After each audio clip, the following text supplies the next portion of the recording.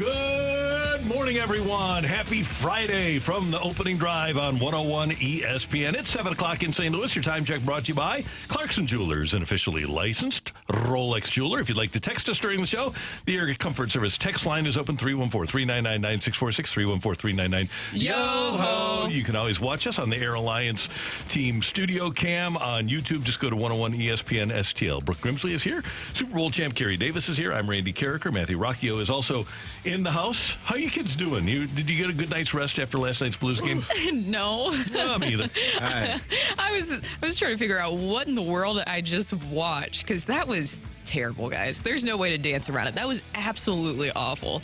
I don't know. I don't have an answer.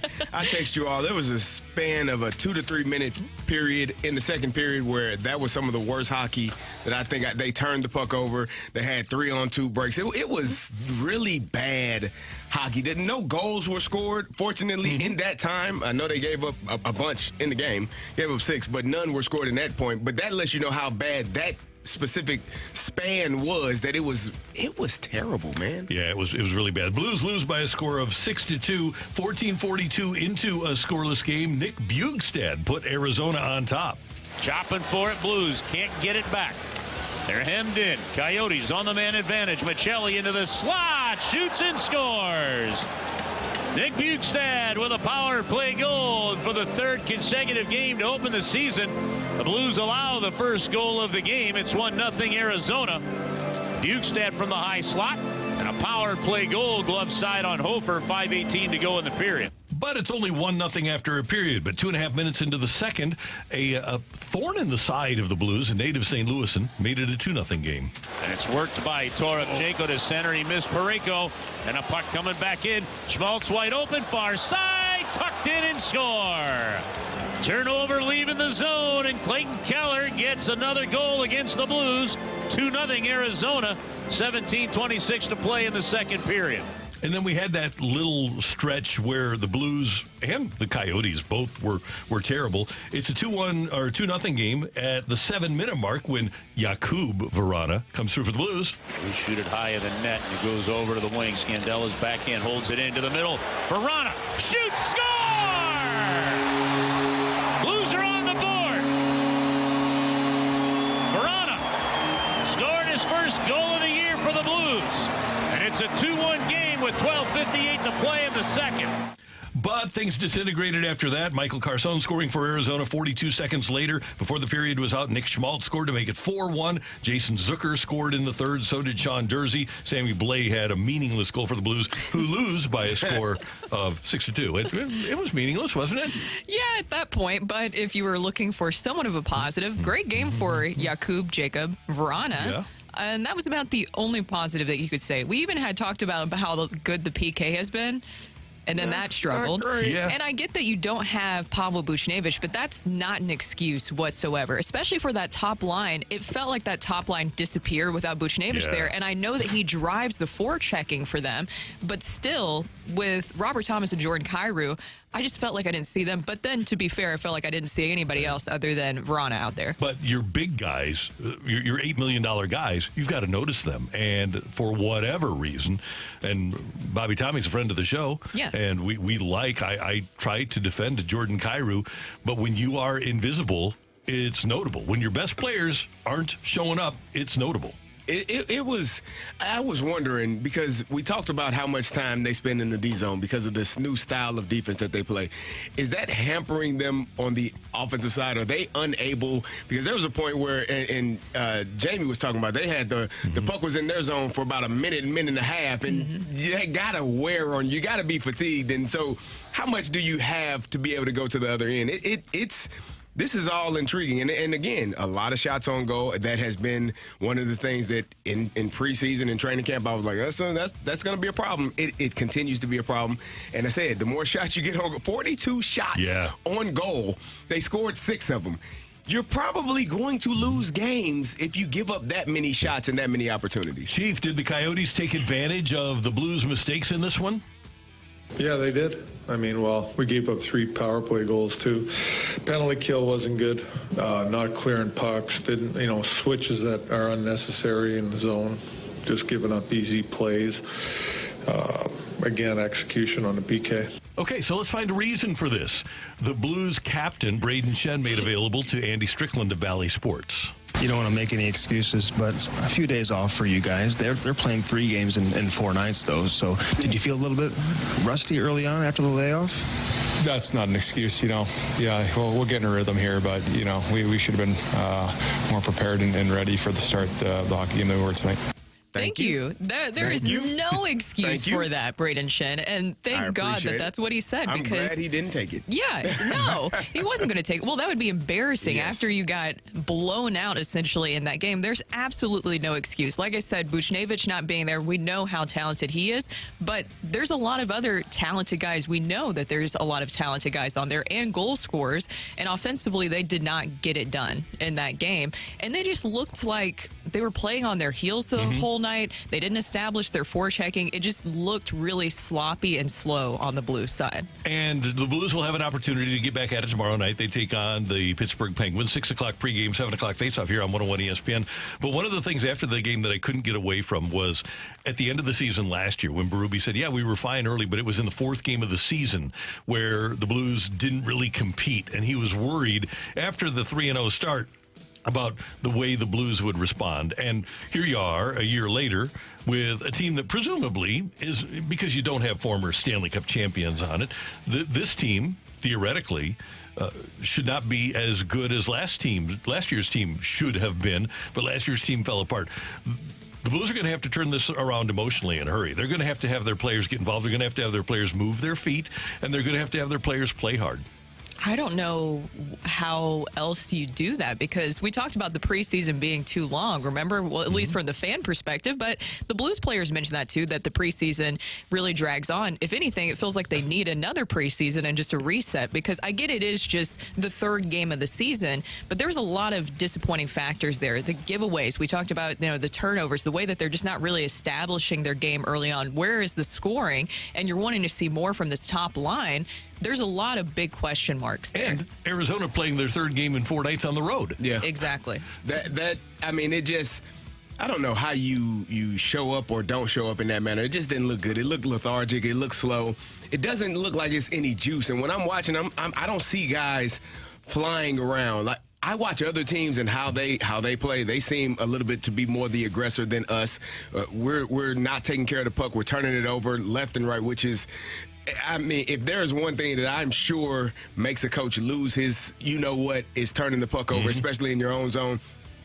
It's continuing to happen, and then they're also not winning faceoffs. They're at the bottom 5 in the league in faceoff wins. So you're not gaining control of the puck, you're not keeping control of the puck, and you're not winning games. And it's only 3 games, right? But when you see them play this poorly, it has to give you some type of a little shock to the system, like, oh, here we go again. Right, hard to score if you don't have the puck. Yes, it is. Meanwhile, baseball last night, if you didn't stay up late for this one, you probably knew the result by the end of the 5th inning. Texas falls behind Houston 3-0. Come back and tie the game. Dolius Garcia hit a home run. Corey Seager hit a home run. 3-3 as we head to the 4th. A sac fly by Yordan Alvarez. And then, with a couple of runners aboard, Jose Abreu put it out of reach. Hammered the left center field. Way back there. It is gone. Second deck. Jose Abreu. That made it 10-3 7-3 in the 4th inning. 10-3 was the final. Andrew Heaney got beat up by the Astros. The Rangers starter only goes 2/3 of an inning. He allows 3 runs on 4 hits. Meanwhile, Jose Urquidy bounced back somewhat. He only goes 2 1/3 though. 3 runs on 5 hits. But the Astros are able to come out on top in this one and tie the series at 2 games apiece. They've got all the momentum now. They do. What did you guys think of the decision to start Andrew Heaney in that game for Bruce Bochy on the Rangers side? Hindsight's 20/20, of course. You only go 2/3. Yeah. I almost wondered when I saw Dunning and what he was able to do. I almost wonder if you should have started him. And Dunning had a great year for him. Dunning, now, was he great in September? No. But Dunning did enough during the course of the season. And he goes 2 2/3 and allows 3 runs as well. So it wasn't like he lit it up. But this is a guy that went 12-7 with 3.7 for you during the season, 140 strikeouts in about that many innings. So 140 strikeouts and actually 172 and 2/3. But Dane Dunning pitched well for them. So I think that it's fair to question Bruce Bochy about starting Andrew Heaney. Well, I think they're playing a team, again, the fact that they won those 2 games in Houston was surprising to me, but I didn't think that Houston was going to go to Texas and not perform well. They've shown up. They've shown their bats have come alive. Yordan Alvarez doing what he did. I think they said he was sick. First, was it the end of the last series or the beginning of this series? He wasn't feeling well. Yeah. He looks pretty healthy now. He strikes the ball pretty hard. So it's like the Michael Jordan flu game, but the stomach ache. There you go. But again, this Houston Astros team, I thought I picked them to win this series. Make it back to the World Series. I think they still are on track to do that. I know they're going back to Houston, and Texas has some familiarity. They won, but I think Houston is going to seal the deal there. The National League is 2-1 after a dramatic walk-off win for the Diamondbacks yesterday at home against the Phillies. Kimbrel deals an 0-1. That's into center field. It's down. In to score is Smith, and the Diamondbacks walk off the Phillies in Game 3. Ketel Marte takes a victory lap.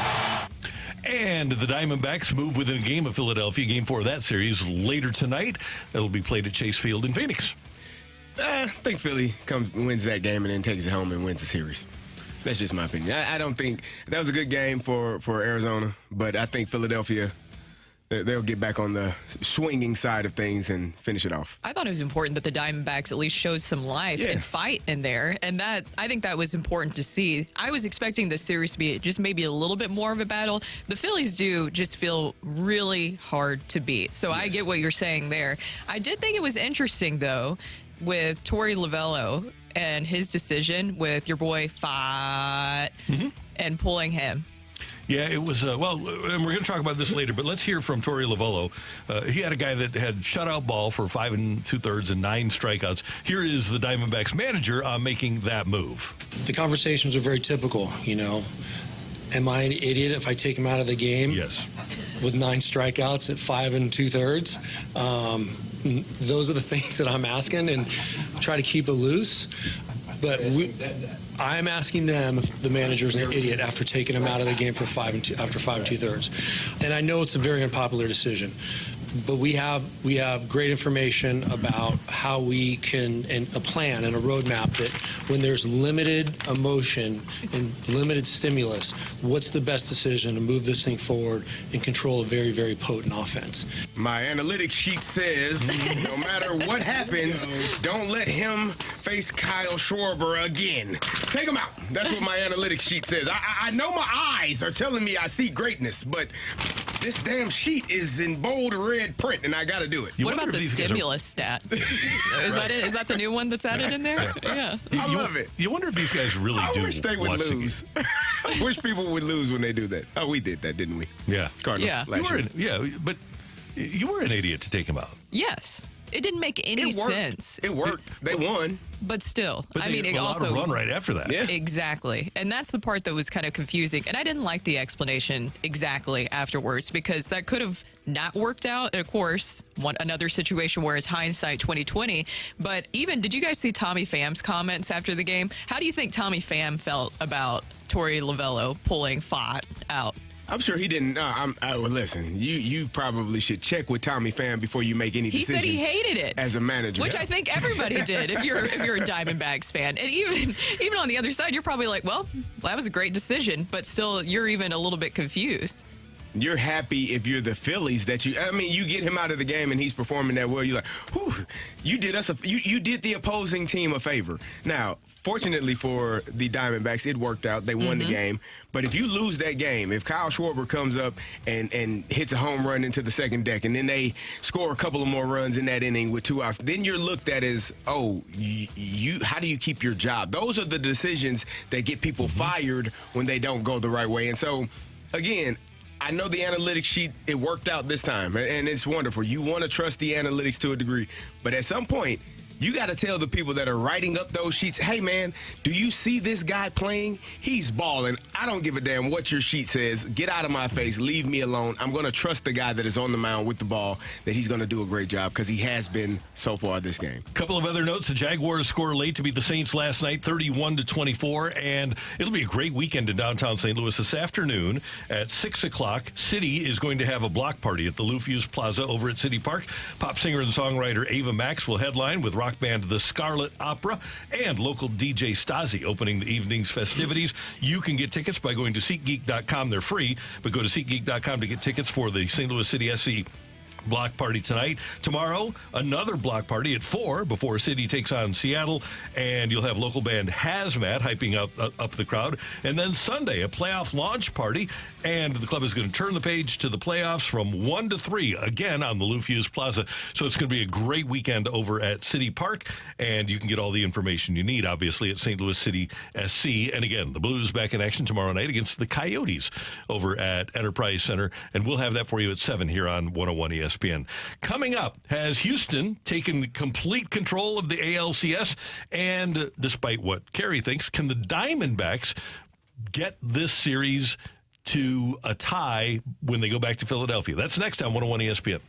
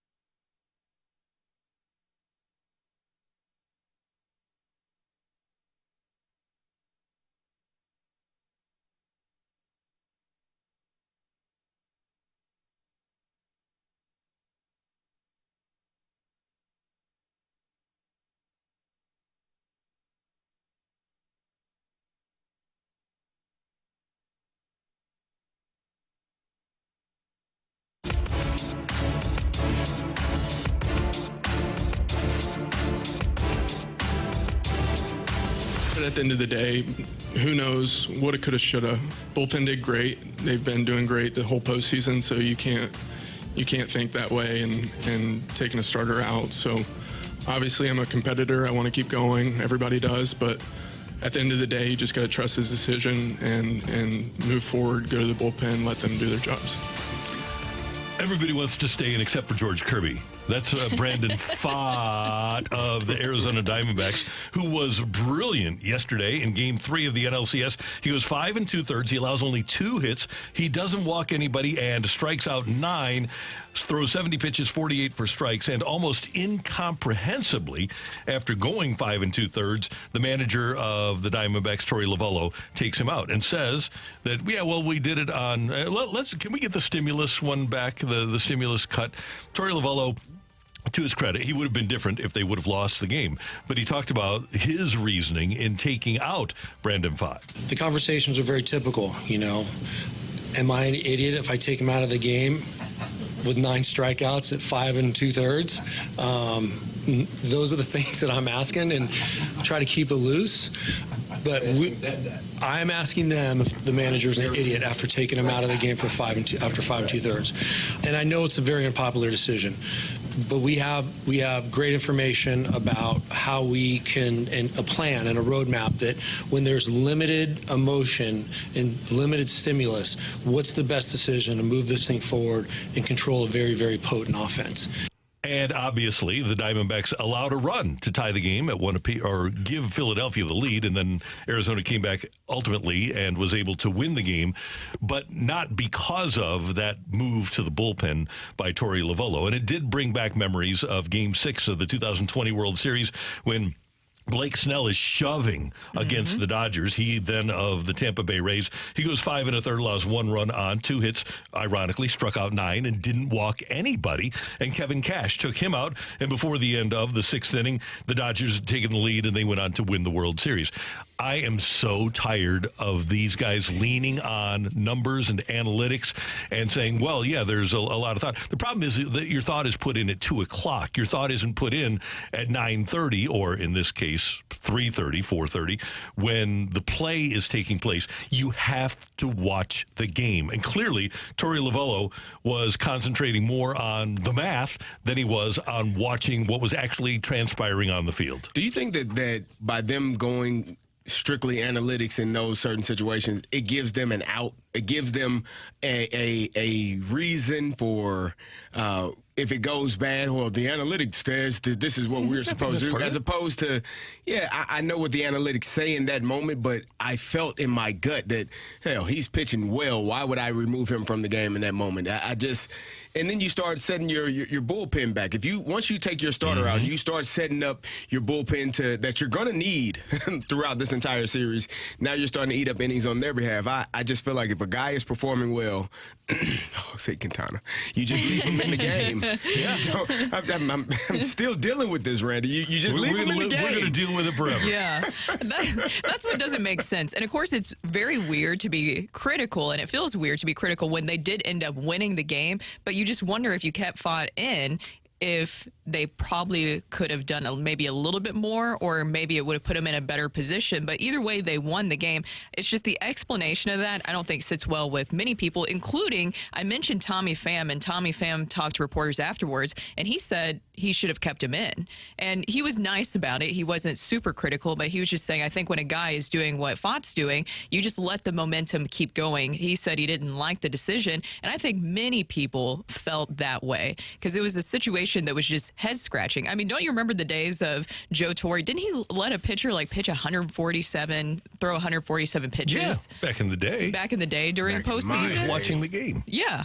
and that's what I just don't get. It's a little bit concerning, and this will be a bullpen game for the Diamondbacks now. Right. So then you worry about your bullpen when it's going to be a bullpen game. Get into the game. And by the way, they didn't have to. This is, we all know this, even though Ali Marmol would dispute it. This is the way the Cardinals operate, too. And it's unfortunate because the veteran managers are going based on their knowledge and their experience. Well, one of the problems you have when you don't have a lot of experience is that you don't count on the eye test as much. You do count on the math. Guys, I go back to Game 6 of the 1985 World Series. That was the Don Denkinger game. Danny Cox pitches he actually wound up pitching 7 for the Cardinals. But in the bottom of the 6th, Danny Cox, right-handed pitcher, allows a base hit to switch hitter Willie Wilson of the Royals, okay? So you get into the inning, scoreless game, and he allows a base hit. George Brett is the second hitter, one of the greatest left-handed hitters of all time. And Whitey leaves Danny Cox in the game. And Danny, right-handed pitcher, against one of the great left-handed hitters of all time, gets Brett to hit into a double play. And then Frank White strikes out swinging, and ultimately the Royals went down against Cox despite getting a couple of runners on in the 7th, too. And Danny only threw 99 pitches in that game. It drives me crazy that these pitchers generally, and Fott, obviously, to his credit, wanted to stay in there. They aren't given the opportunity to not even finish what they start, but to go 7 innings and, as we mentioned, preserve the bullpen for tomorrow. No, I got a text from the 816 where someone said, wait, Thompson did that the other night with Nola, and you guys had nothing to say about it. I feel like with Nola, I thought we did say something about that. It was a different game. I'm looking at it now. They were up 6-0. Yeah. He finished the 6th inning, and they brought in a new pitcher in the top of the 7th. These are two very different it's not situations. The same thing. No. Yes. Fott had just gotten 2 guys out. You were facing the third batter in that inning. You had given up 1 hit. It's a 0-0 game in that point. That game was 6-0. What the hell do you need Aaron Nola to keep pitching for? I mean, I'm just saying, those are 2 totally different games than what took place last night. That is, your guy is rolling. He's your best pitcher. He's the best pitcher for that moment. Now, it worked out for you. But as you said, if it's a bullpen game today and you started your bullpen getting into the game last night, well, okay, good luck today. Because what I think is going to happen, what we call a gentleman's sweep. 5 games, 4-1. Yep. Well, I believe. Here's the thing. You had to get 11 outs from your bullpen last night. You could have set it up so that you only had to get 6 outs from your bullpen, right? Is that right? 5 and 2? Yeah, no, 6, 10 outs. And you could have done it with 6 outs. So that's where it comes into play. And ultimately, it's if you are comparing the 2 games, then you just keep watching. Get more experience watching baseball. If you think a 6-0 lead is comparable to a scoreless game, love you, but just keep watching. Exactly. It's a text here from the 573. It's very simple. If managers don't follow the analytics, they get fired for having philosophical differences. You know what else you get fired for? Losing. Yeah. So you might as well do what the hell you think is right. Not always. Not all the time. But I think that is very true, because I think even if this whole Cardinal situation, we've been talking about Yadier Molina, we're going to talk about it even more later on with Polo Ascencio, the Cardinals Spanish broadcaster, later. But even bringing in Yadi, I think that signals in that they realize that sometimes just being solely driven off of analytics is not exactly what's working. You have to have more of that gut instinct and feel, and that's something that you can't print off on a piece of paper. I always go back to the 2011, late in the season, when Tony La Russa, and Tony La Russa was obviously the ultimate gut guy, but he wanted to bench a slumping David Freese. And Mark McGuire told us a story. He said, I'm driving down 40 on the phone with Tony. And Tony said, I'm going to put Freese on the bench. And McGuire said, you can't do that. And Tony said, yeah, the numbers just aren't there. He's slumping. And Mark said, he is so close. You cannot put him on the bench. And Mark talked Tony into keeping Freese in the lineup. And Freese wound up winning an ALCS and World Series MVP because they used the eye test, and a veteran savvy baseball watcher understood what he was watching. Exactly. Yeah. And that's what we need more of in baseball. And that's why somebody that's a veteran is going to wind up winning the World Series, whether it's Rob Thompson or whether it's Dusty Baker or whether it's Bruce Bochy. A veteran guy who uses the eye test is going to win the World Series. That's Brooke. That's Carrie. I'm Randy. Coming up here on 101 ESPN, a lot going on with Live Golf. We're going to talk to Jay Delsing about that and more next on 101 ESPN.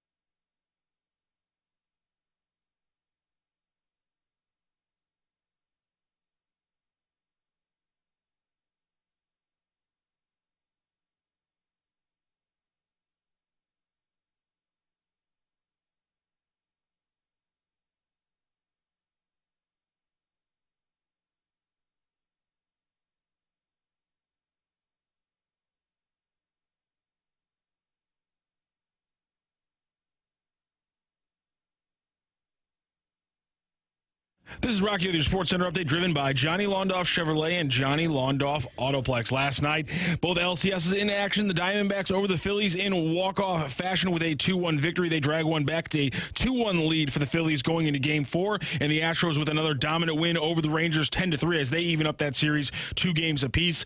Tonight, both games in action. Again, the early game this time is Astros-Rangers, 4:07 first pitch. Game 5, again, that series tied up 2-2. And then a 7:07 first pitch for the Phillies and the Diamondbacks. Also Blues last night, a rough game as they fall to the Coyotes 6-2. Joel Hofer gets the start and sees way too many shots. And this coming up this weekend in action, it is City's final game of the season as they host Seattle Sounders. And pretty much the only thing that can change for them is their league standing, as there are 2 teams in the East that look to jump them early on decision day on Saturday. That is your Sports Center update, driven by Johnny Londoff. Find your roads and shop 24/7 at londoff.com and londoffAutoplex.com. Are you kidding me?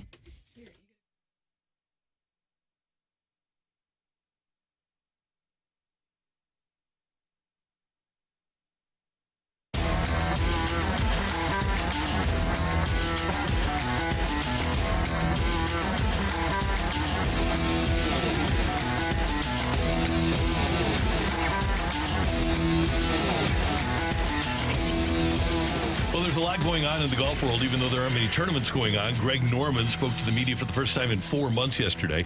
There's been a lot of speculation that he would be fired as the manager of Live Golf, but he says that, no, he's never been concerned about his future as the chief of Live Golf. More notable this week has been the talk by multiple players on the Live Tour as they prepare for their final event of the year, that they believe that there need to be accommodations made for those golfers to play in the majors.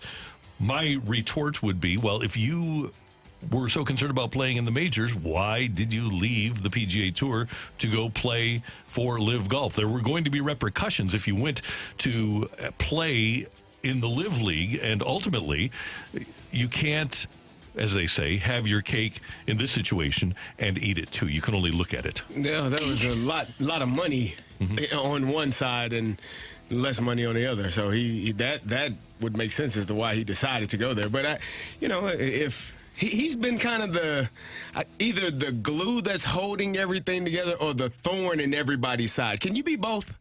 Can you be both at the same time? He has been. He's been the glue for the Live guys, right? But the thorn for the PGA guys, and it's weird. It's weird how that happens in a short span of time. And this whole Live PGA golf thing it's not going away, and it's going to be here for a while. Yeah, obviously. and it's great for the golf off season. It gives the golf fans something to talk about and to look at, but it's also bringing a lot of consternation to the sport. I think that's something that golf has to look at, is that we aren't talking about what's happening on the course. We're talking about what's happening off the course. And sometimes bad press can be good. It brings a lot of attention to things, but this is just very negative attention where it almost comes across a little bit whiny in a lot of ways, as you mentioned there with some of the accommodations.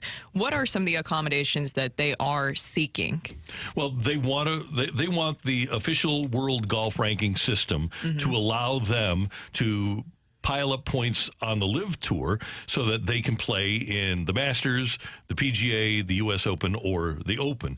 That was not allowed. The official world golf ranking system said, no, we aren't going to do that. Your tour isn't legitimate enough. You're playing 54 holes. You're playing team golf. It's not what we have determined the ranking system should be. So you had Cameron Smith say that the ranking system is almost obsolete. Well, he wasn't saying that when he was ranked number 2 in the world, right? He was excited about that, huh? Yeah. And so Dustin Johnson said that he says, I feel like you can't really use the word world ranking system anymore. That's my take on it. Hard to use the world ranking system if you're excluding 48 guys that are good players.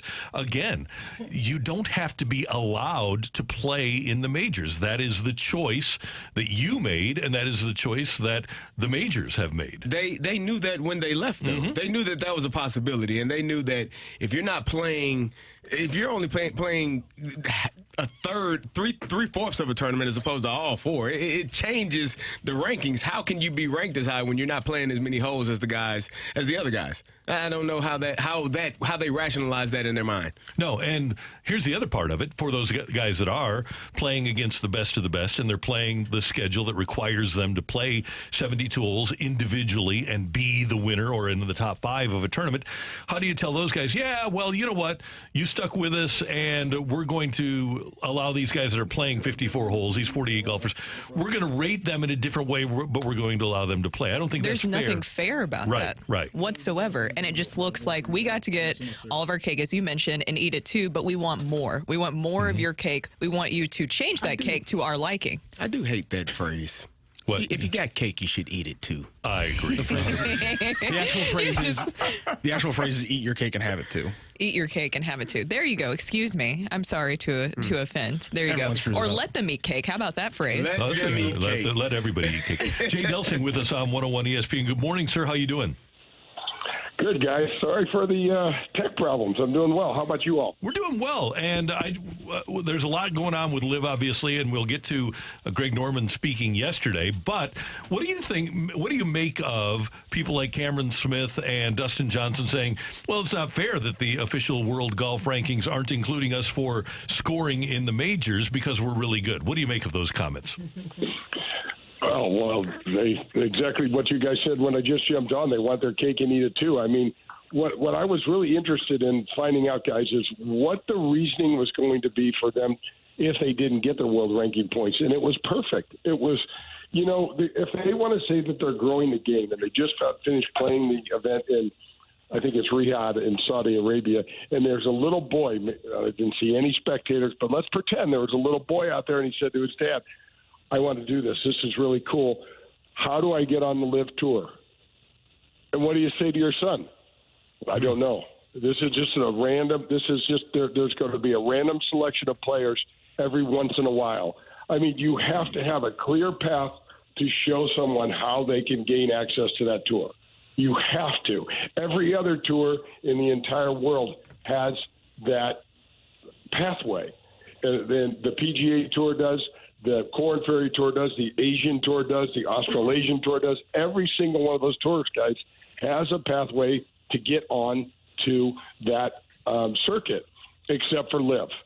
And see, that's another thing, guys, when we talked about this LIV thing coming together, they just slapped this thing together. They didn't think.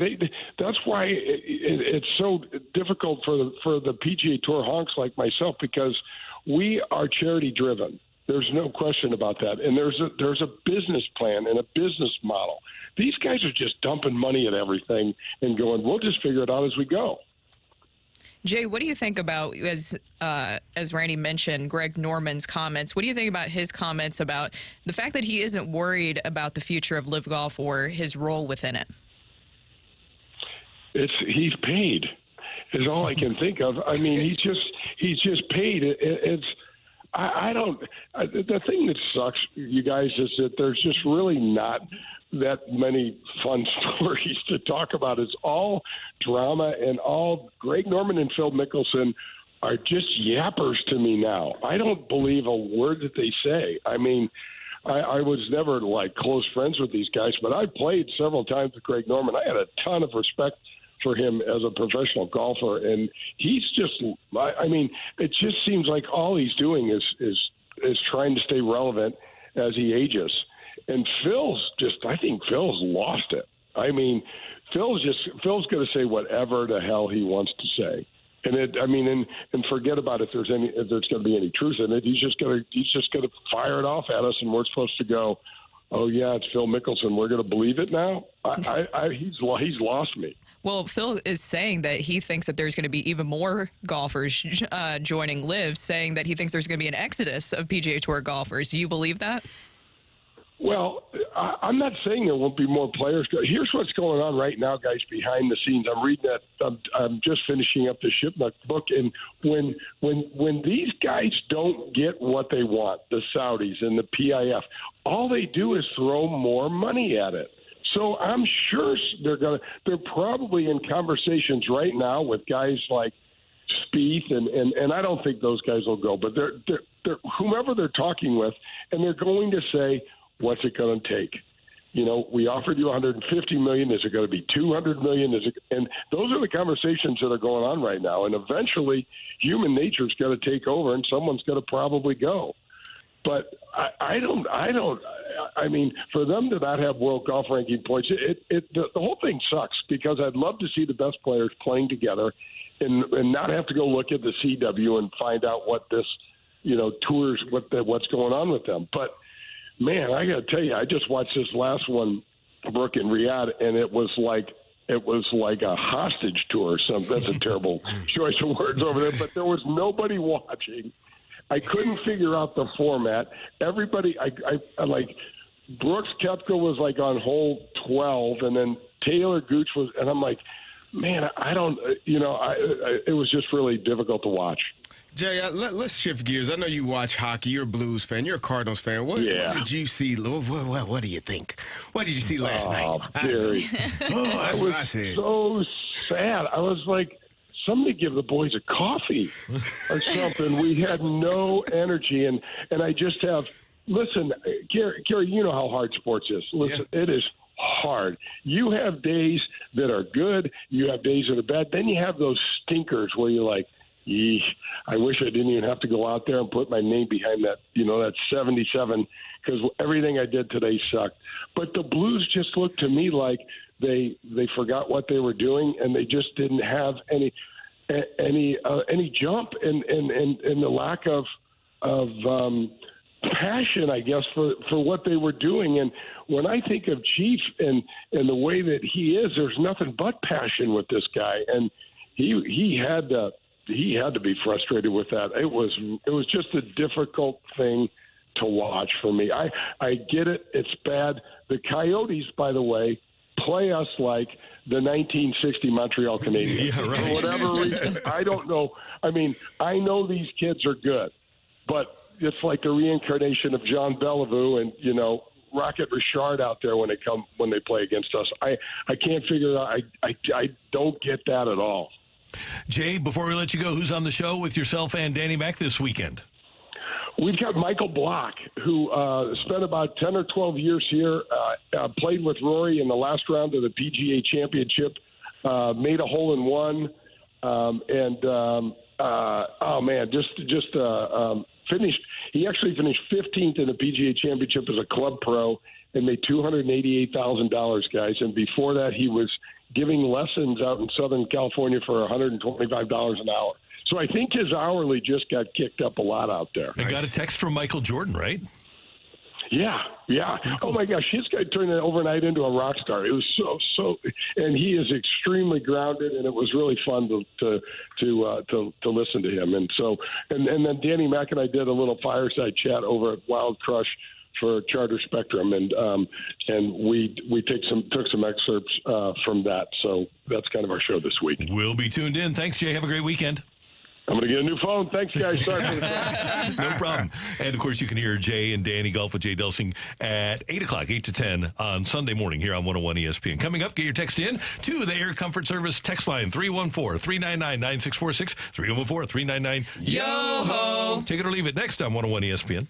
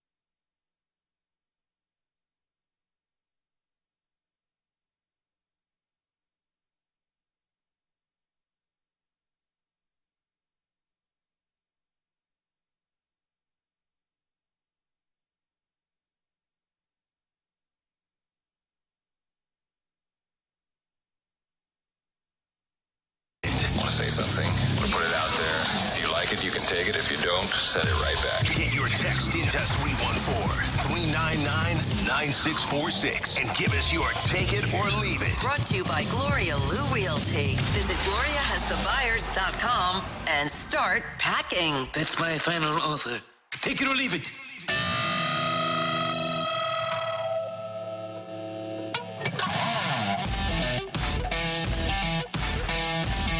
Time for TIOLI, 314-399-9646, 314-399-YO-HO. All right, kids. You know where we're going here. Dateline, Kansas City. Entertainment Tonight reporting that Travis Kelce is planning to be by Taylor Swift's side as she starts her international tour date scheduled to kick off in November during the Chiefs' bye week. A source telling Entertainment Tonight that the duo is fully committed to their relationship and the future. Quote, Travis and Taylor are all in. The two are very into each other and are enjoying their time together, but are also planning for the future. Taylor starts her international tour in November, and Travis is planning to be there to spend time with her. Take it or leave it. If the Chiefs don't win the Super Bowl, Taylor Swift is going to be blamed. Oh, I'm going to leave. Of course, I'm gonna take it just because everybody likes to blame a lot of things. I would blame Travis Kelce if he's spending his time internationally during the bye week. On the bye week? Yeah, you should probably be resting, not jet setting. What are you doing in a grocery store? Yeah, I got yelled at for that. That's ridiculous. Yeah, I'm trying to eat, sir. What the hell do you want? Leave me the hell alone. That's important. Refueling is, I think, very important I'm to guessing recovery. that Travis will probably be flying on a private jet. And it's just a mini vacation with 4 days during a bye week. So going to where's the Buenos Aires. Buenos Aires. How long a flight is that? Probably 6 hours or something like that. 6 hours from Kansas City? Yeah, private jet. Let's see. No way. There's no way. It's got to be 8 to 10 hours. Flight time. Text in from your private jet how long it is from Kansas City to Buenos Aires. It's not a direct flight. You got a private jet, though. It is with a private jet. 12 hours. That's the benefit of I knew it wasn't 6 from the middle of the country. So cut that down by 3.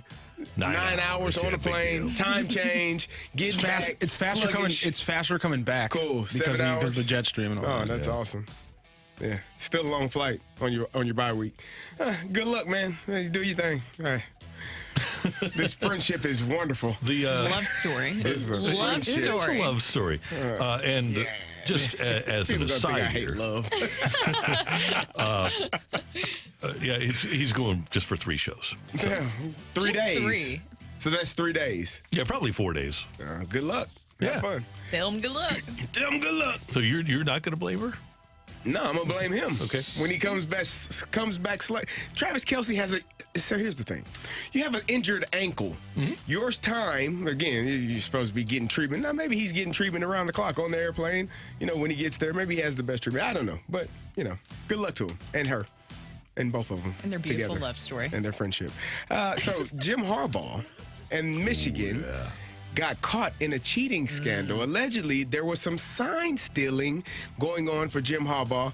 We know that Jim Harbaugh and Michigan Wolverines have not won a championship. Take it or leave it. Jim Harbaugh did not go to the Bill Belichick School of Sign Stealing. I'm going to take that one. Yeah. You got to do it right. At least if you're going to steal win it. A championship, bro. If you're going to do it, do it. Do it correctly. Do it halfway. Go all the way. Exactly. Be a champion. Does that feel even more embarrassing? Hey, if you're going to cheat, and if you don't have something to show for it, go ahead and get you a championship out of it. Bill knows. Exactly. Bill knows. Yeah. There you go. They did their thing. Take it or leave it, guys. I know it's weird to talk about a positive after the game last night, but I was talking about earlier that Jacob Verana was about the only player that I noticed in a positive way, the way that he had a goal, and also he had the assist with Sammy Blaze goal. Take it or leave it, guys. The Blues should extend him. I'm going to leave that for now. Mm-hmm. I just need to see a little bit more. A wee bit more? But where are you going? Hell. You see, whoever's scoring goals right now, extend them. Sign them. Yeah. They got 3 goals. Here. How many goals do they have this year? 4? 4.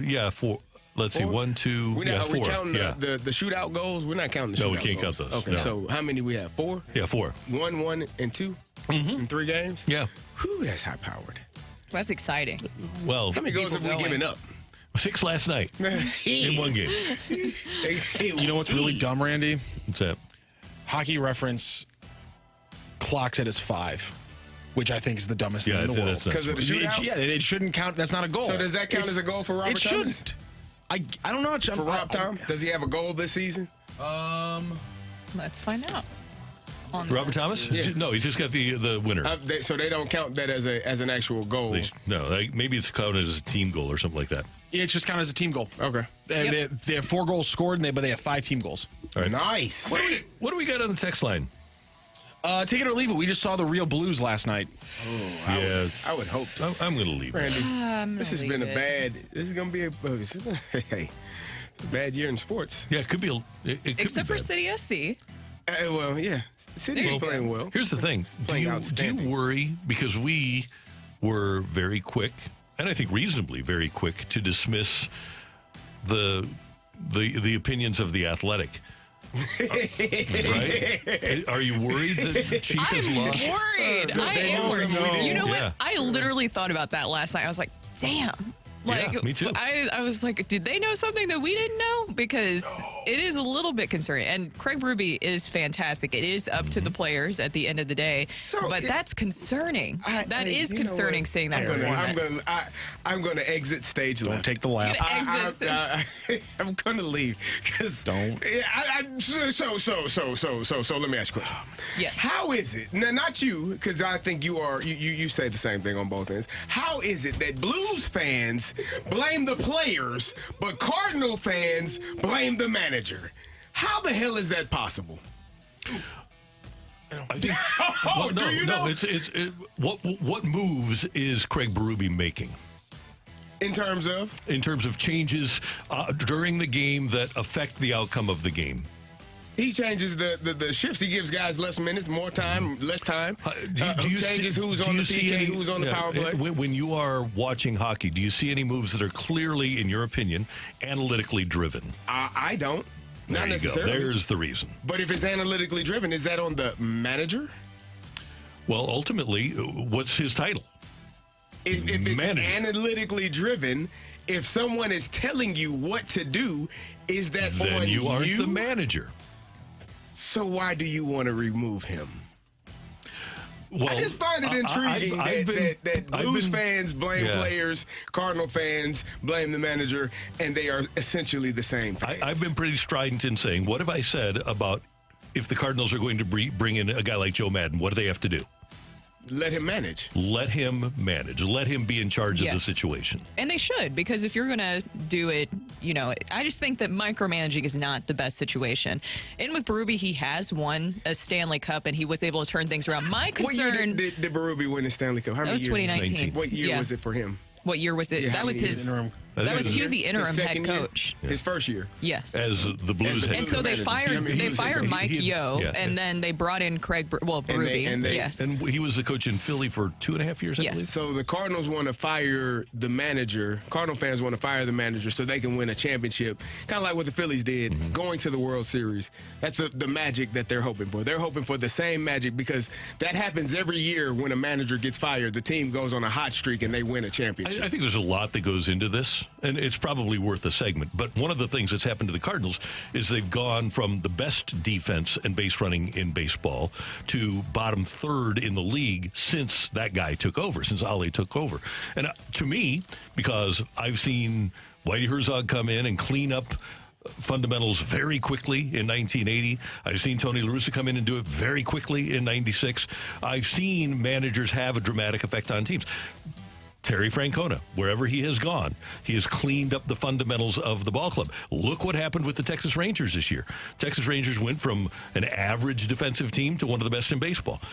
I don't think that's coincidence. When guys move around and the teams wind up getting better fundamentally when they show up, I don't think it's coincidence. So, again, I'm in agreement with all of that.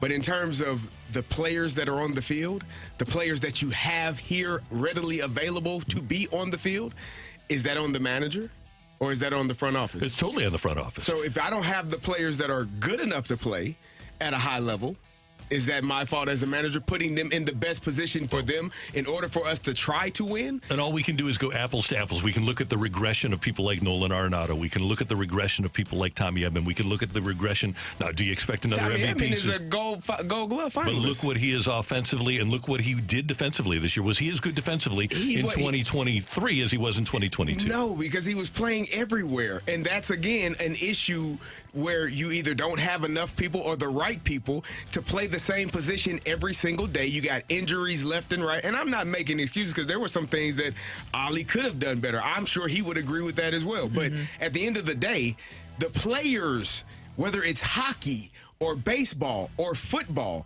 have to be the... Moreau ran a route to score a touchdown. Dennis Adlin and the coaching staff called a perfect play. The player didn't catch the damn ball. So do you fire Dennis Allen because they lost that game? No.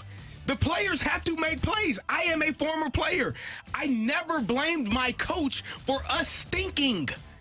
He ain't got nothing to do with it, man. They prepare us for the game, and if we go out there and stink, we stink. The Blues did not play well. I guarantee you, Berube did not envision his team playing lackluster with less energy than the Coyotes were playing with last night.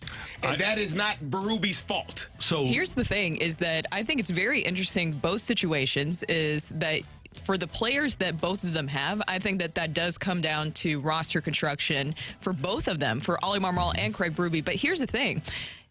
Even with Craig Berube, if say that things continue to go south, I don't even think that he would be fully protected, because the way that he was able to bring in his own coaches now, younger coaches, and the whole purpose of that was essentially to help the Blues defense, also to help special teams, because that was a major drop-off last season, but to also connect with the younger players. At the end of the day, Jordan Kyrou and Robert Thomas have the big contracts. They're obviously the core that they see for the future of this team, and if Berube can't connect with them in some way, that might be an issue, and there's only so much that they can do in that situation. And then you would have to see why the Athletics said that.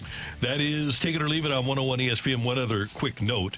Last year, the Philadelphia Phillies were 22-29 under Joe Girardi. Same group of players. Rob Thompson takes over, and they go 65-46. Where is the Blues offense right now? Is it up in the press box wearing number 89? And how much is that early exit of Buch going to cloud our view of the offense? That's next on 101 ESPN.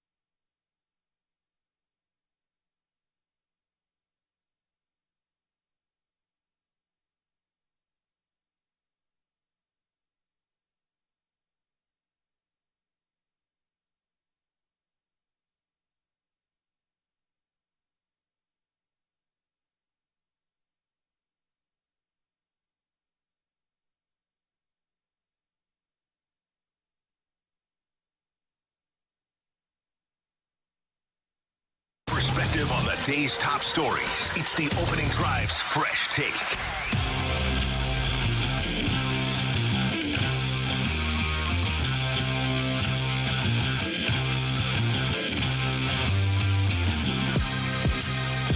On the so far side, Verano makes it pass to the near side.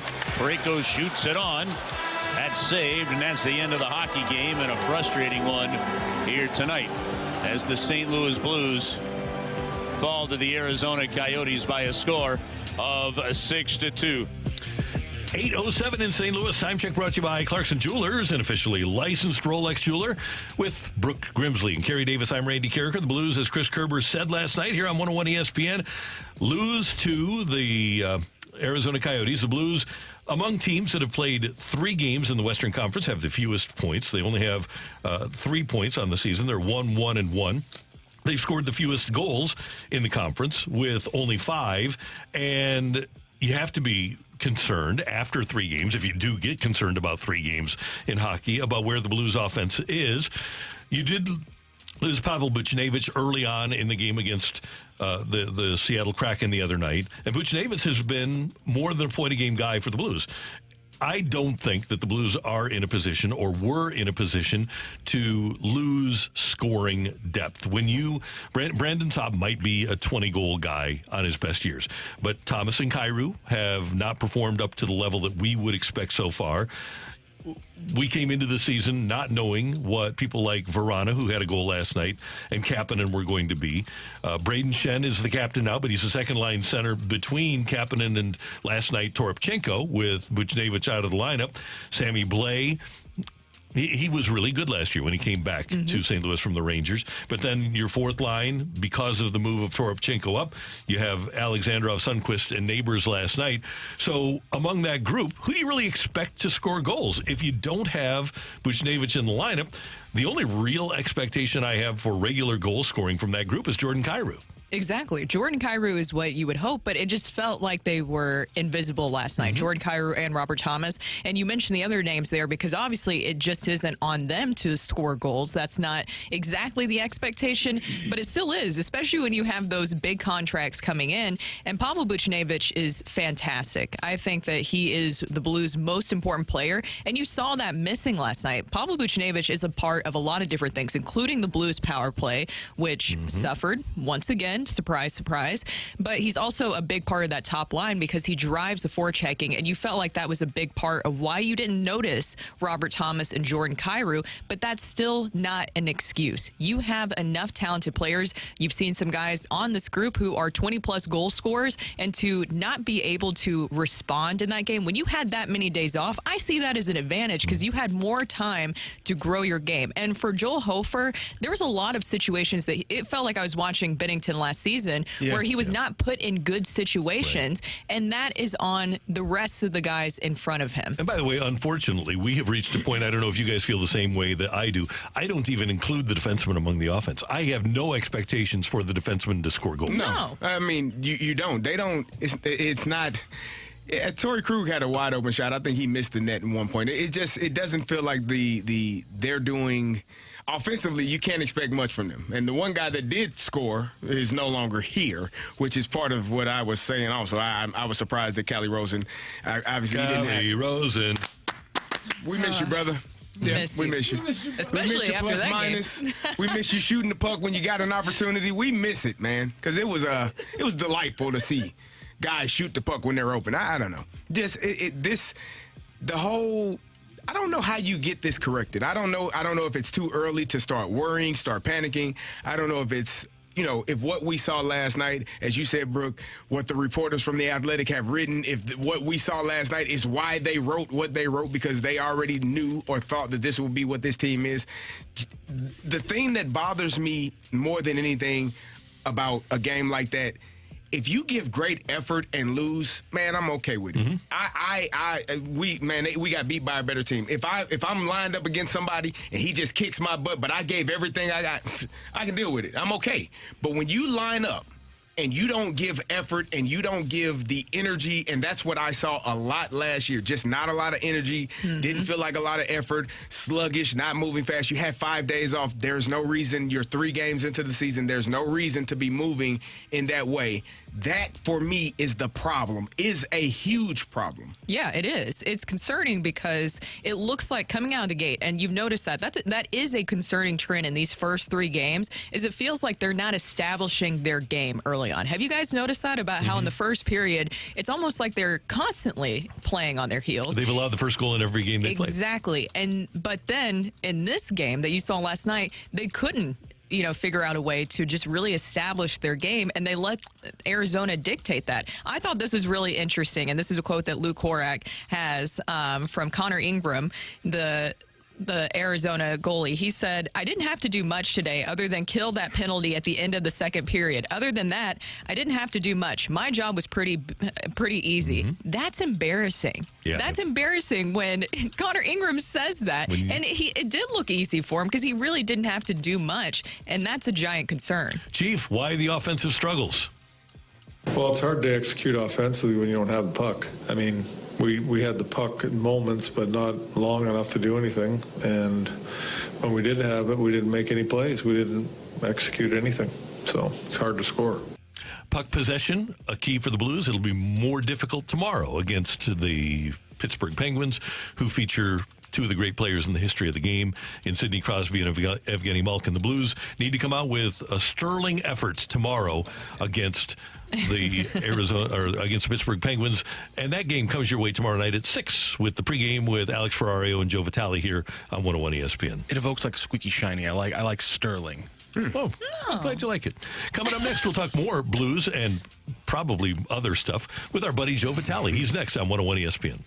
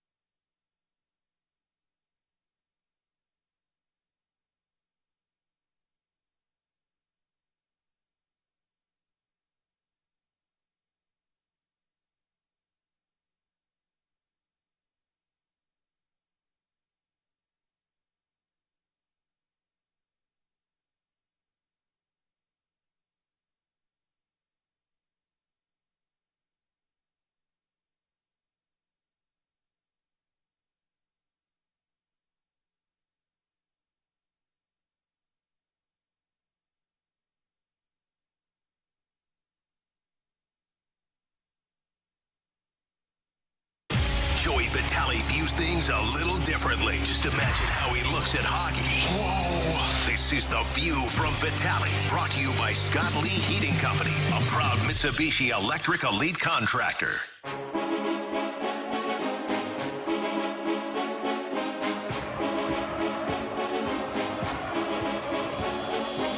You guys ever play the Immaculate Grid?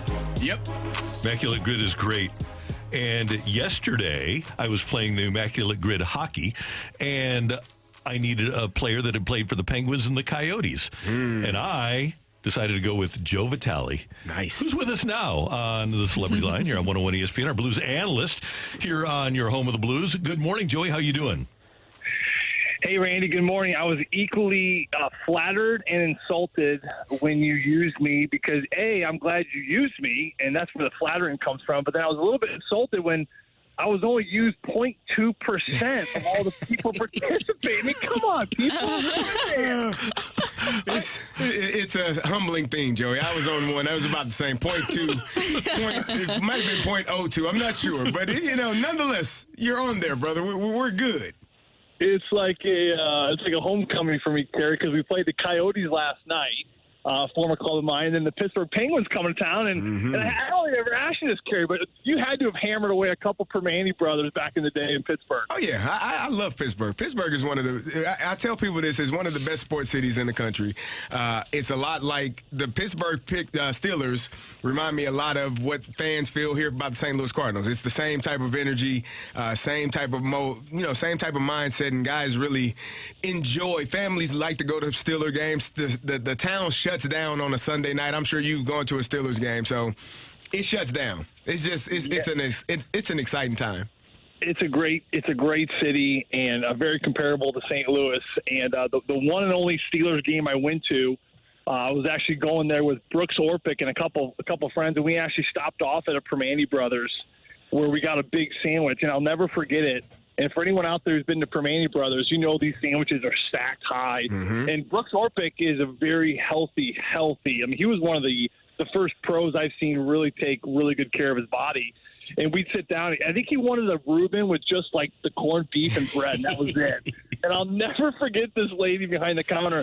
He's like, well, we put everything on it. And he's like, no, I don't want the fries or I don't want the, whatever. And she's like, we here at Permanente, we put fries on our sandwiches. And Brooks is like, no, I understand that, but can I just get them on the side then? He's like, what don't you understand, boy? And then we had some guy across the counter be like, hey, Teresa, that's Brooks Orpik with the Penguins. She's like, I don't care who he is. We put fries on our sandwich. She was yelling at him, and he was yelling at her. And, man, we had the biggest laugh of our life. And she brought his sandwich out. Man, it was stacked with fries. I think she actually put double fries on it just to make him more mad. There you go. Joey, Brooke was looking for a word of the day, and I believe that the Blues had what we could call a languorous effort last night. Nice. For those... She wants us context clues. Languorous is lack of energy or vitality, sluggishness. Would a languorous effort well describe the Blues last night?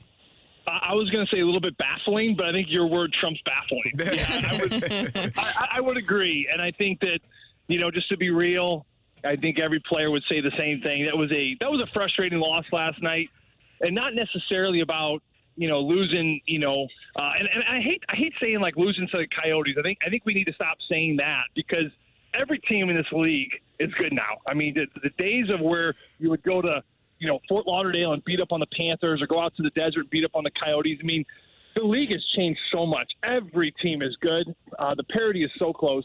And I think that from beyond that, though, it's not necessarily who they played. It's the fashion of what they played. And I think that the lack of passion at times, the lack of intensity, the lack of organization, especially having as many practice days they've had, that was certainly a little bit baffling. They grabbed a lot of momentum in the first two games. You go to Dallas, you grab a point against one of the best teams, you win in a shootout at home ice against a very good Seattle team, and all of a sudden you're starting to gain something.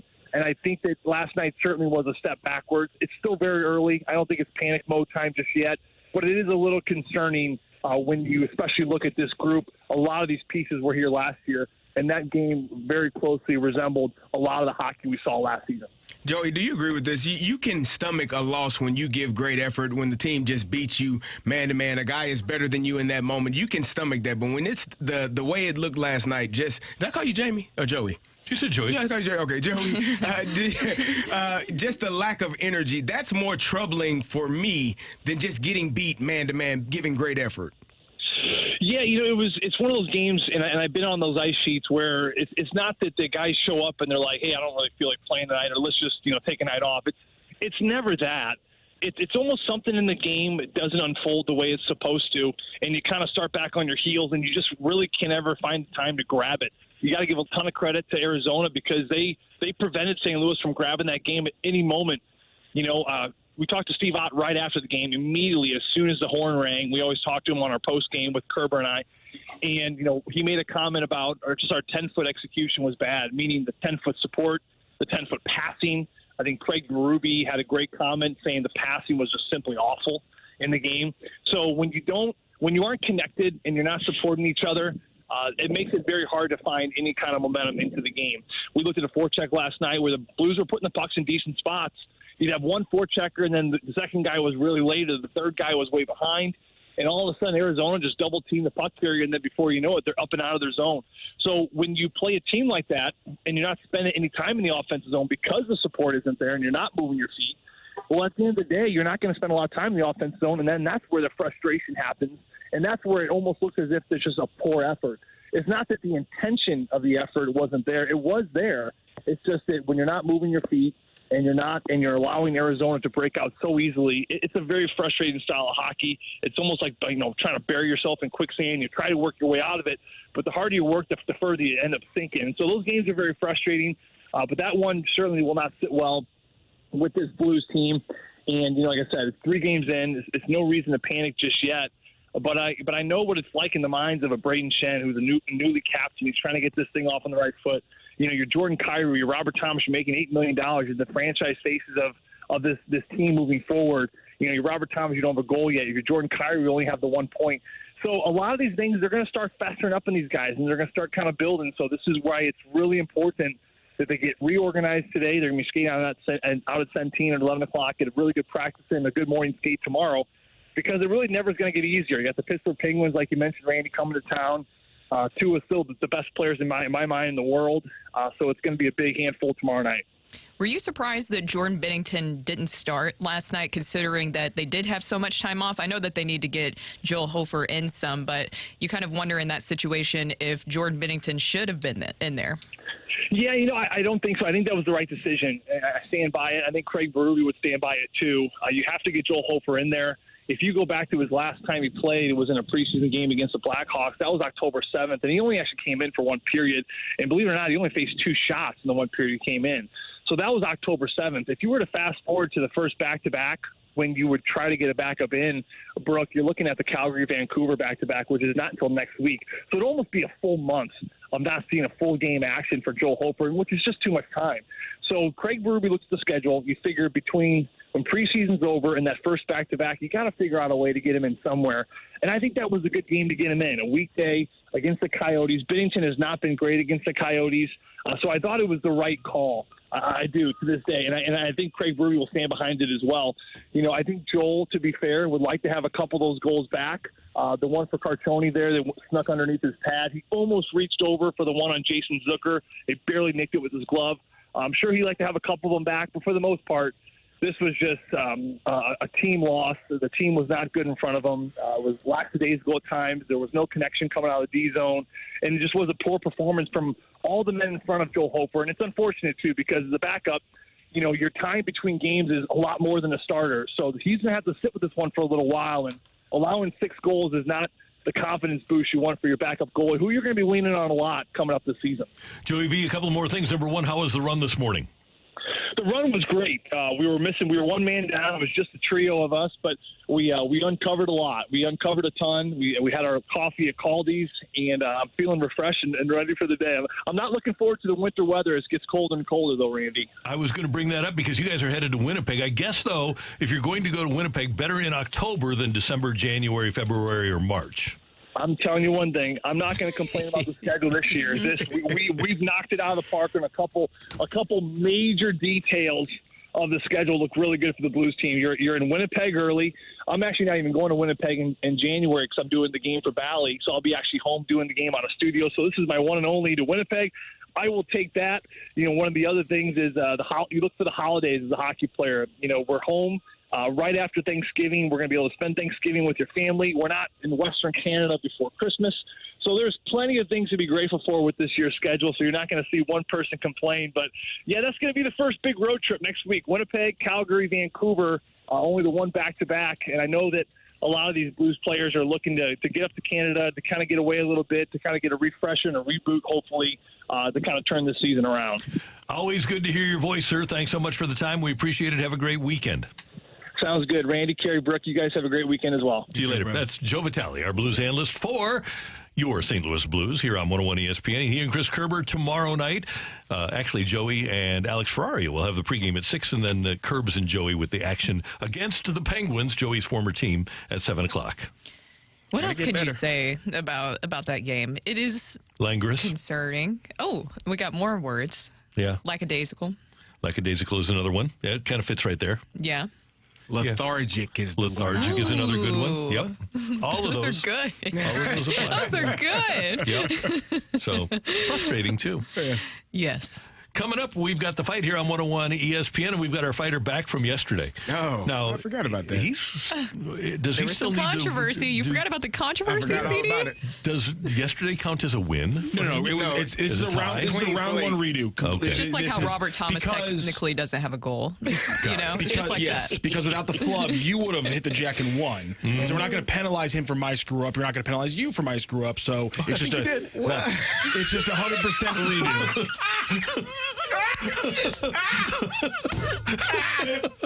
I almost spit out my coffee. No one beat you yesterday, Randy. You're good, buddy. The fight is next on 101 ESPN. Oh, man.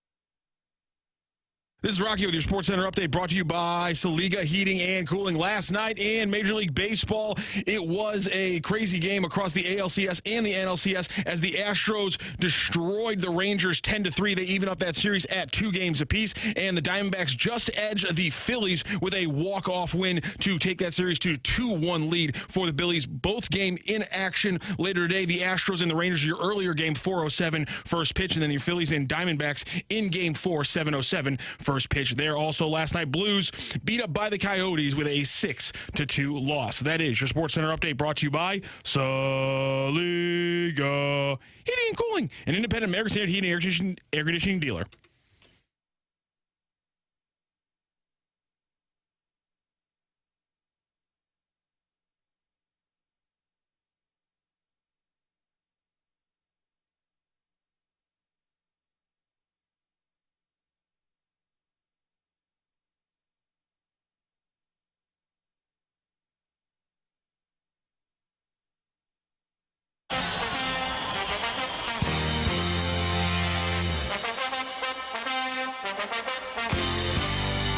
Welcome back to the opening.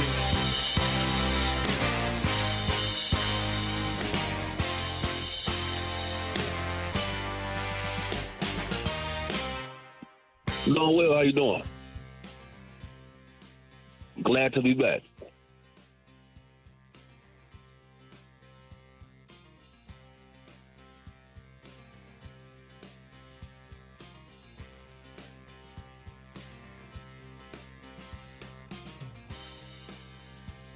The Texans.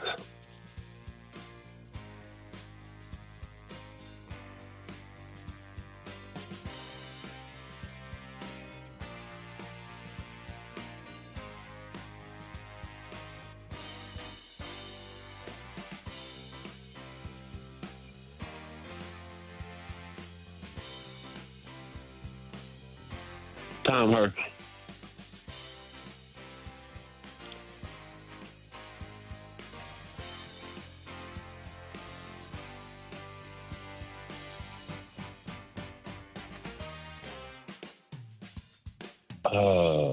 They're going to hate me for this. 76ers.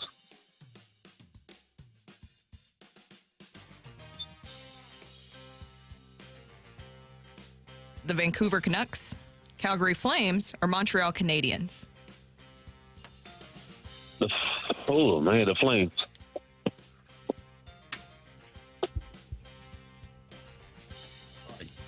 Let's double check the score and bring in Randy Carricker. Johnny, how you feel? I'm about 95-5 this time. Can I call you Johnny? You can call whatever you want to, All right. sir. Just don't call me late for dinner. Got you. You said 95-5 this time? That's right. 95 good or bad? In the red. In the red. That's what you said yesterday. It worked out. It kind of. Yeah, kind of. Rocc Except helped. for the trickery. Yeah, Rocc worked it out. So Randy is prepared. He's coming back. He's ready to roll on this great Friday. You playing golf today, sir? I may. I don't know. Still good It's weather. going to be a beautiful day, yeah. You said you should have played this morning, John? That's right. Yeah. I should have played this morning. Should have. It was dark when I got in You'd here. had to take a day off, Randy, and we know you don't like to do those. Oh, well, I'm learning from the best. I'm learning from Tim McKernan. Oh, yes. Randy, say hello to John again. John, good morning. How you doing? I'm all right, Randy. How are you? Doing well. Thanks for listening. Thanks for playing. All right, you ready, Randy? Ready. Here we go. Since the beginning of the 32-team format, 2 teams have yet to win a playoff game. The Lions are one. Which AFC squad is the other? 32 teams in the NFL. Yep. Okay. AFC squad that has not won a playoff game. Yep. East. It's almost got to be a team from the East. Buffalo has. The Jets have. Patriots have. I think the last time the Dolphins won one might have been. I don't think they won when Jake Long, when they won that division in 2008. 32 teams. So that's the start of the 2002 season. The Raiders went to the Super Bowl that year. Chiefs obviously have. Chargers obviously have. Broncos obviously have. South, Jags, Titans, Colts, Texans have. So East, West, North, Ravens, Steelers, Browns, and Bengals. I'm going to say it's the Miami Dolphins. Question number 2. Daryl Porter took home both the NLCS and World Series MVP awards during the 82 postseason thanks to 6 extra base hits and 6 RBI. Who led the Cardinals offense that postseason with 10 RBI and 3 home runs? The whole postseason, 3 home runs. Willie had 2 home runs in one game. I don't know if he hit another. Hernandez. It wasn't Obi. Wasn't Ozzy. Wasn't her. So I think we're down to Hendrick or Hernandez here. Because I don't think Willie hit another. I am going to play the chalk here. Lonnie didn't hit 3 home runs either. Well, let's just use the old lifeline here and just see if we can cut it down. Okay. Willie McGee, Nope. Keith Hernandez, Tom Herr. I'll go with Keith Hernandez. Willie hit 2 against the Brewers. I don't know if oh, you know what? He might have had, I should have done this. He might have had an inside the park. I'll go with Willie McGee. Happy trails to Springfield, Illinois native Andre Iguodala, who announced his retirement today. Really? For which Eastern Conference team did he play the first 8 years of his career?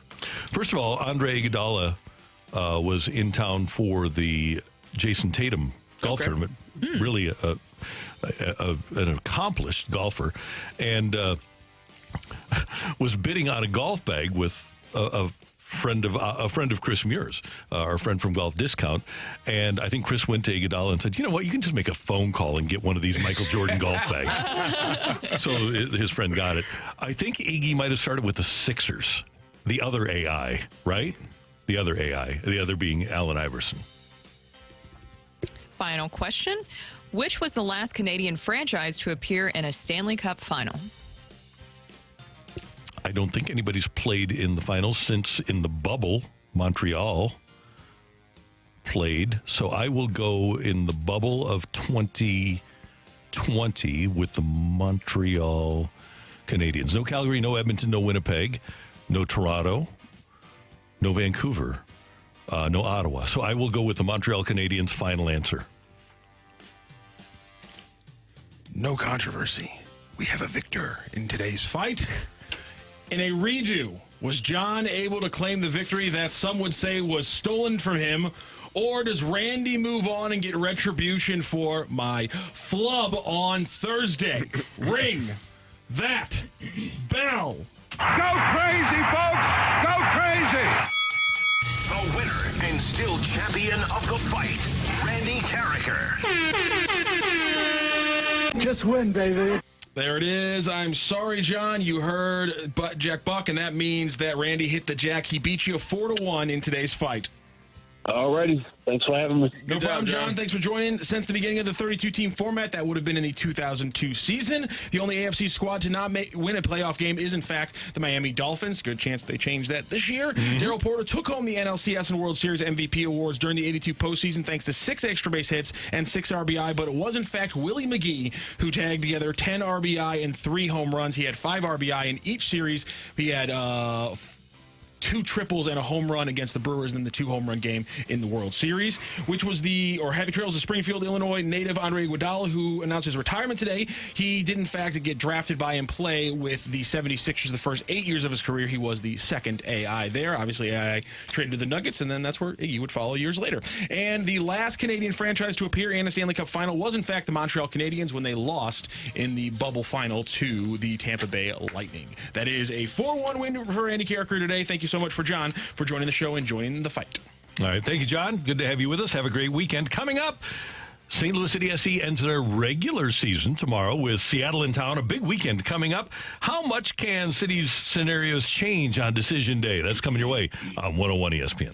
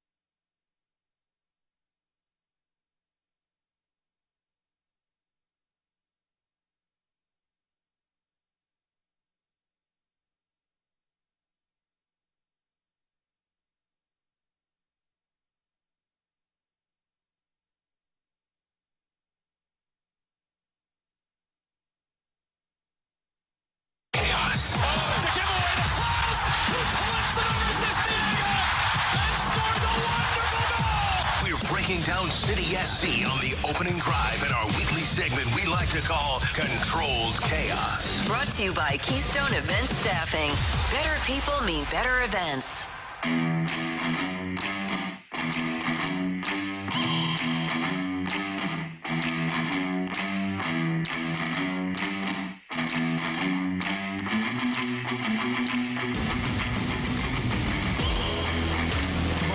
An 8 o'clock start over at City Park for St. Louis City SC and Seattle in the regular season finale for St. Louis City SC. It's decision day in MLS. And kids, correct me if I'm wrong, but by the end of tomorrow, we'll know who we'll have an idea as to who's going to play for the 8th seed to take on St. Louis City SC in the first round of the playoffs. There will be play-in game, kind of like the NBA, between 8 and 9, and it'll either be, as far as I can tell, Portland, Dallas, or San Jose. Am I correct here? The winner of the Sporting Kansas versus Minnesota United match, the winner, if there is an outright winner of that match, they could jump to 44 points, and that would put them potentially in the running for the 8 or the 9, depending on what happens to Portland, Dallas, and San Jose earlier in the game. But if that game's a draw between Kansas and Minnesota, they're both out. Okay, good. So what'll happen is then we'll have a play-in between 8 and 9 to take on number 1, and it's going to be pretty cool to have an idea as to how St. Louis City will have an opportunity to stack up against one of those teams, and it'll be a best of 3 to start the playoffs. And City is, where are they at? They're number 1, correct? Numero uno. So you don't worry about it. Whoever, let them sort it out. They fight each other. People get banged up, healthy, whatever the case may be, and then they come play you. And that's all you concern yourself with. Decision day, the decision has already been made for City. This is for everybody else. 5 points ahead of second place LAFC. There you go. Matthew, in your opinion, and Brooke, because you've watched, you've been at a lot of the games, is there somebody that St. Louis City should be rooting for to play here from among Portland, Dallas, San Jose, Kansas, or Minnesota? I mean, it's easy. Who? Yeah, I want to drop Kansas again. Yeah. I mean, Okay. the Kansas I love is that rivalry. Yeah, Kansas doesn't look good when they come into City Park, and I think that'd be a fun one. Well, not many. To be fair, not many people do. Very so good then that's a big positive for City SC. This is where all the hard work is paying off for them, where you really like any of your chances because of how well that they have played at City Park. They've been so dominant at home that it really doesn't matter. But I do agree with what you said, Rocc. I would like to see Kansas again. Yeah, and the worst one I think would be is all those teams winning and then Portland losing their match, dropping Portland into that 8-9, because I do think the Timbers are a lot more dangerous than just the 7th seed, and they're playing the Houston Dynamo, who are trying to jump up from the 4th to the 3rd seed to potentially protect their home field later in the West playoffs. So Houston's going to be fighting, so Portland might not come out with that. That could be the rough one for City. Somebody texted in from the 618. Honest question. Why do you call it Sporting Kansas and not Sporting KC? Very good question. That's a very legit question. It's a very legitimate question. Where do they reside? It's because that's where they reside. And great state of Kansas. Yeah. And here's another reason. People from Kansas City hate when you call it Kansas. And when you love tell that. them Kansas City, Missouri people that are you from Kansas City, Kansas? They lose their minds. Randy, we're just supposed to shout out to when we get when we hear the team give official releases, we're just supposed to read it off that, and kind of like Mama called him Clay, I'm gonna call him Clay. City calls him Sporting Kansas, I'm gonna call him Sporting Kansas. There you go. I love it. And they play in Kansas. There you go. They do. They are, by the way, Sporting Kansas.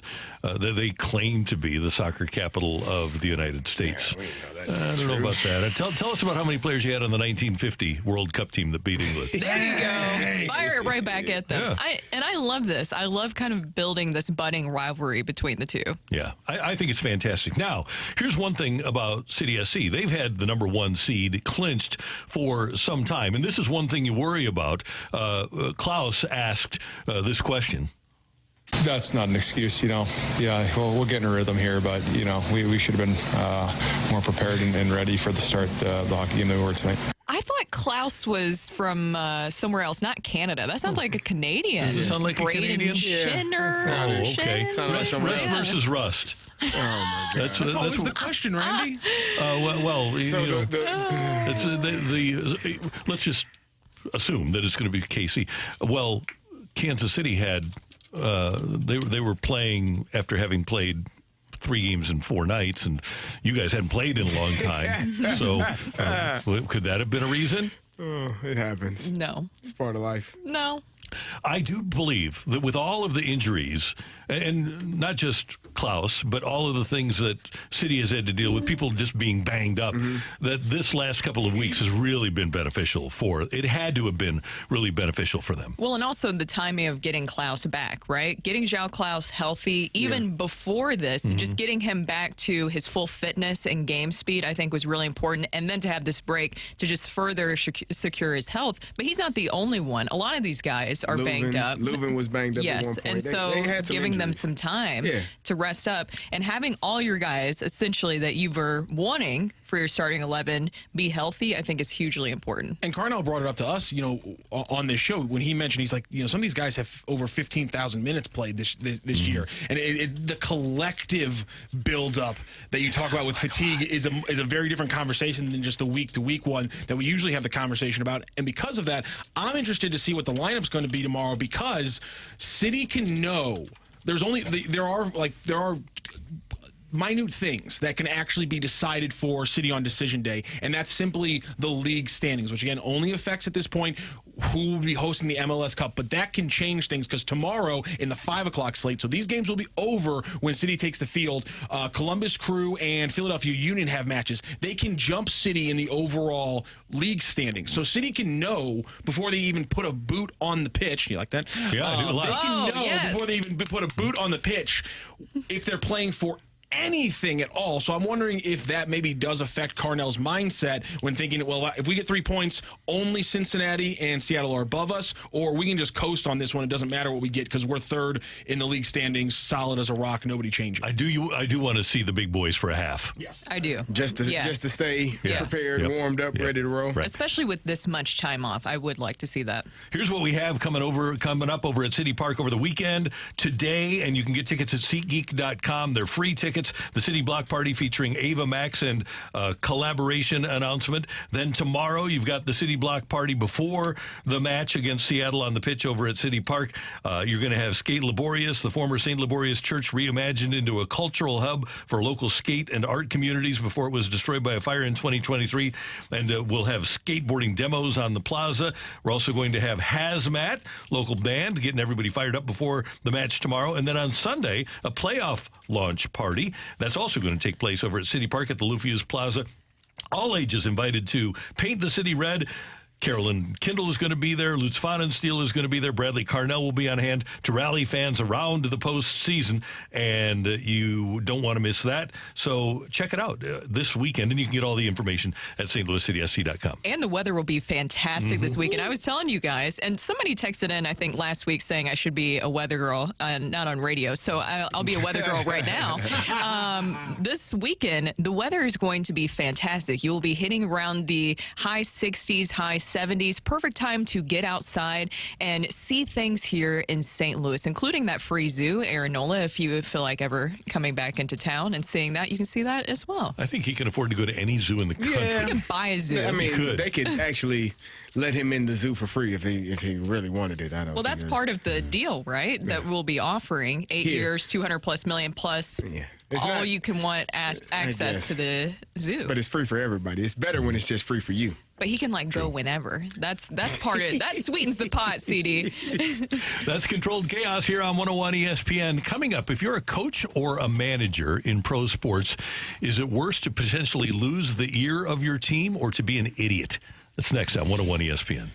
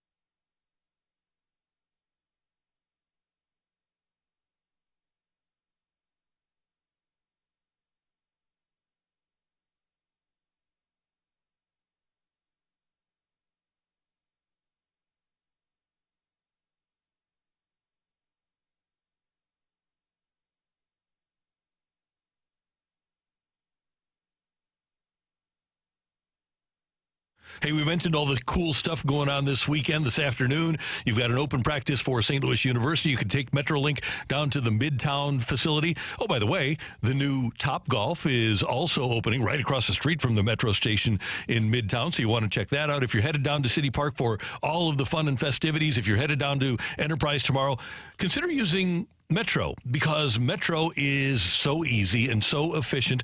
I used it last week for the Blues opener and just parked down at the Clayton station, parked there, rode Metro down. It's a $5 round trip. You don't have to pay for parking. You don't have to deal with traffic hassles. And there's a million other fans on there with you. And if you want to support your community, well, riding Metro supports local business and helps reduce traffic congestion. How frustrating is it to sit in traffic? Well, you don't have to when you use Metro. Wherever you live, there's a Metro station near you. And if you're concerned about the environment, well, it's another thing that you can count on. Riding Metro reduces your carbon footprint and helps improve air quality. It really is great for St. Louis. It's great for St. Louisans, and it's great for companies that are going to come here. Don't let preconceived notions hold you back. Give Metro a chance and experience the benefits for yourself this weekend. In short, thanks to Metro, you don't have to drive to thrive.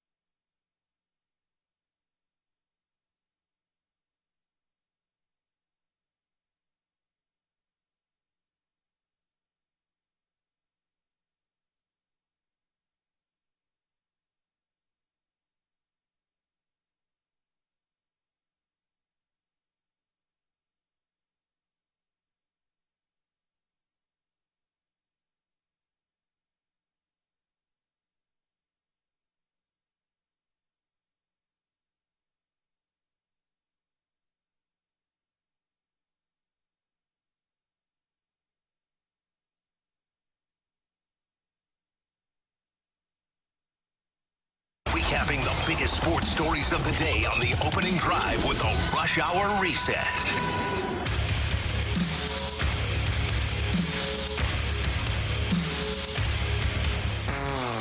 9:03 in St. Louis. Time check brought to you by Clarkson Jewelers, an officially licensed Rolex jeweler. You can watch us on the YouTube. Our Air Alliance Team Studio Cam is at YouTube. Just go to 101 ESPN STL. Watch us there, and don't forget to subscribe to 101 ESPN on the YouTube machine. And if you missed anything, Joe Vitale this morning, maybe Jay Delsing, or Polo Ascencio coming up in our next segment, you can listen again with the podcast brought to you by Dobbs Tire and Auto Centers, available both on 101ESPN.com and on our app. The Blues lost to the Arizona Coyotes 6-2 last night over at Enterprise Center. It was a 2-1 game in the second period, and then everything disintegrated, and the Blues fall by a score of 6-2, and what we call a languorous or a lackadaisical. What was the other? We had three good words. Lethargic effort on the part of the Blues. Coach Craig Berube, did this kind of come out of nowhere? Yeah, very surprised. So we got work to do.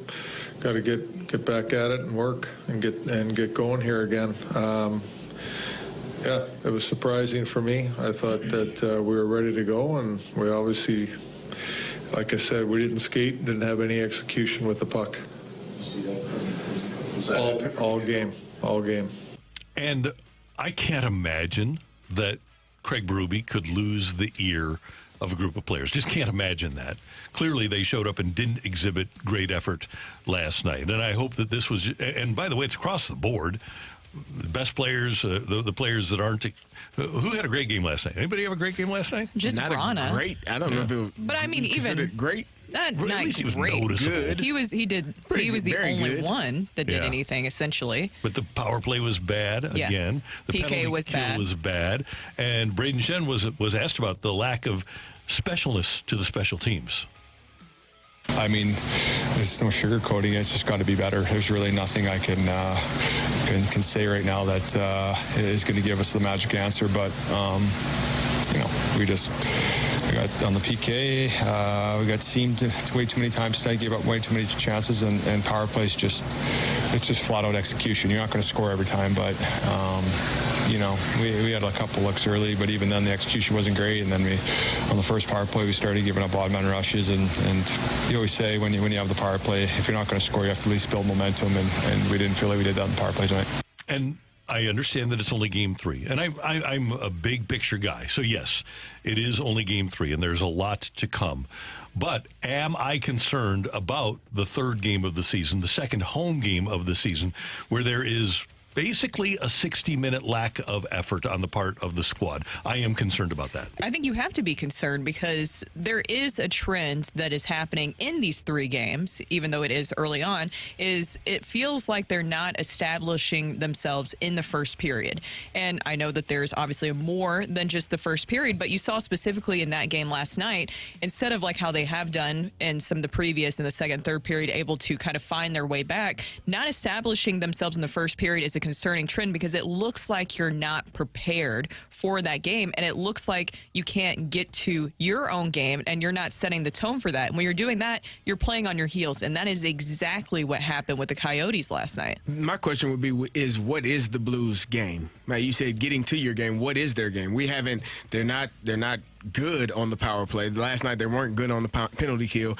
They aren't good at times in 5-on-5. They turn the puck over too many times. The puck is in their defensive zone too often. They're not in the offensive zone enough. What is their game? And so I think that's a question that needs to be answered. What's their identity? You have to have an identity no matter what sport you're playing, who you are, how you're going to play the game. Are you going to be great at passing, skating, being physical, more physical than the opposing team, figuring out who they are and what they are. And then again, the number of shots on goal is alarming because last night it was 42. You gave up 6 of them. It's just a lot of things that I think could be better. And for me, the issue, it goes back to the players on the ice. The guys coming out, as we said, all of those adjectives that we gave, lethargic, lackadaisical, what was the other one? Languorous. Those are, that's troubling when that's how you perform. And coaches get fired every year, right, in every sport because, like you said, they may not have the ear of the team anymore or guys aren't performing as well.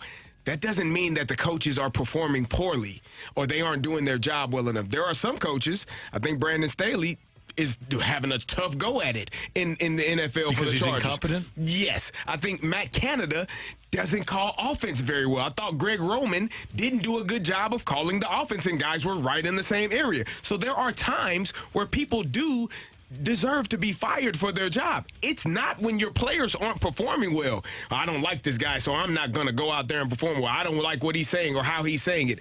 That's not on the coach. That's on the player to figure out how to get it all together and go out there and put your best effort out there as a team, collectively, as a unit. I agree. I mean, Craig Berube, and I've been saying this, just seeing what he was able to do during that Blues Stanley Cup run was absolutely incredible. But that was a different group of players, and this is a different group of players now. Even though you do still have some of those same pieces, my concern here is if we're going to eventually get to a crossroads, and we are just 3 games in, so there's no telling how quick that they could possibly turn this around. My concern is, do we eventually get to a crossroads?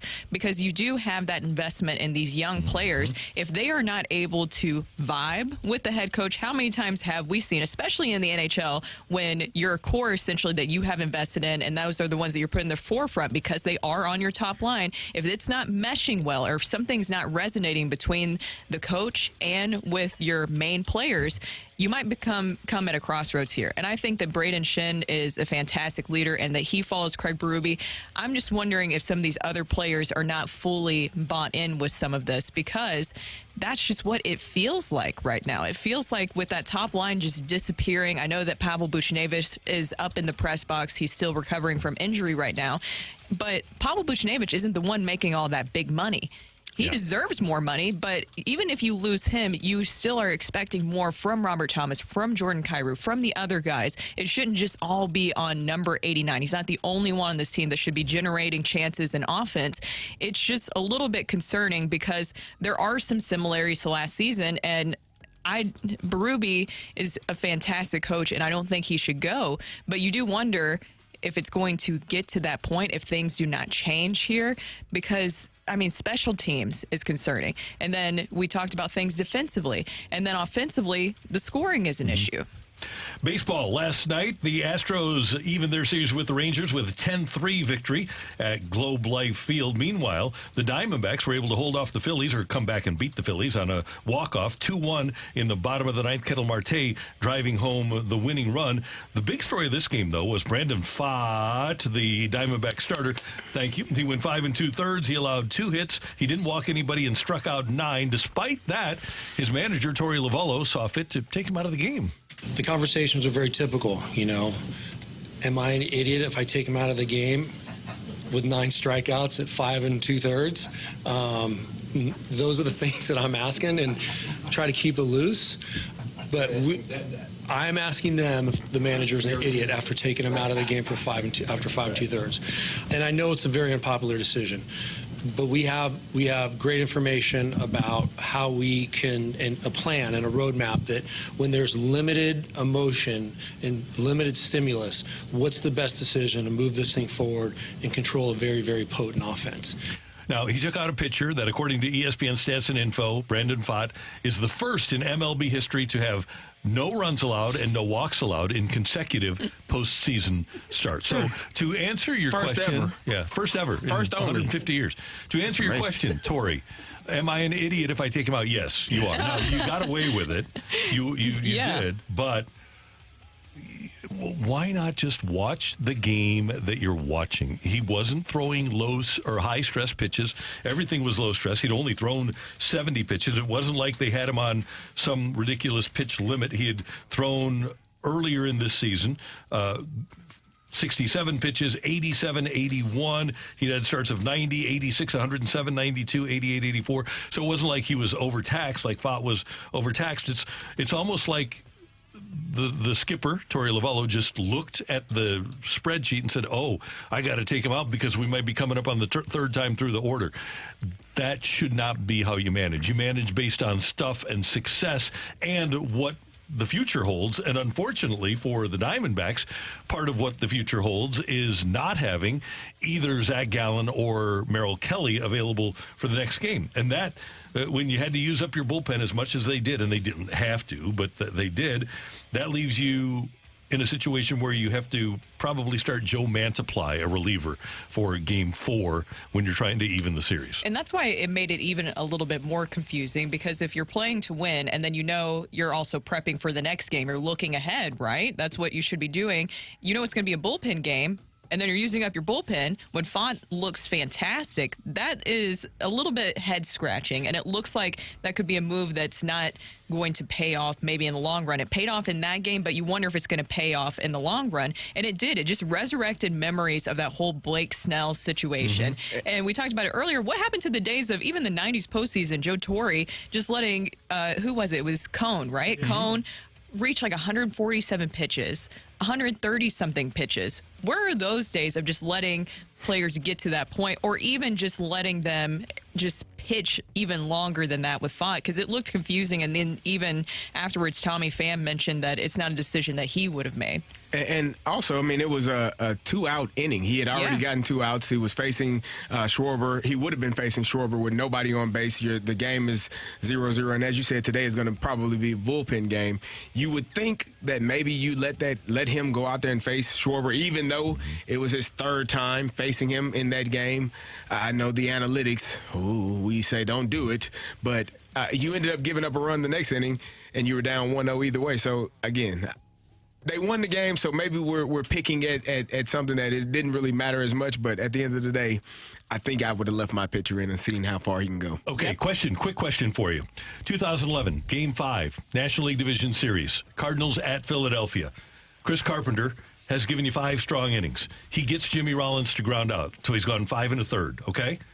The next hitter, Chase Utley, singles with Hunter Pence coming up. Does Tony La Russa take Chris Carpenter out of that game? No. Nope. Heck no. Can you imagine the look on Carpenter's face? I feel like Carpenter's face would. He might have got up to the top of the steps and looked at Carp in his eyes and said, "Yeah, that's probably." And Tony, I think he's a pretty tough guy, but I think in that moment, I'll sit back down. Yeah. And Carpenter wasn't as good in that game as Brandon Pfaadt was yesterday for the Diamondbacks. So the game has changed, and unfortunately, it's not for the better. Coming up, Yadier Molina might be returning to the Cardinals as a coach.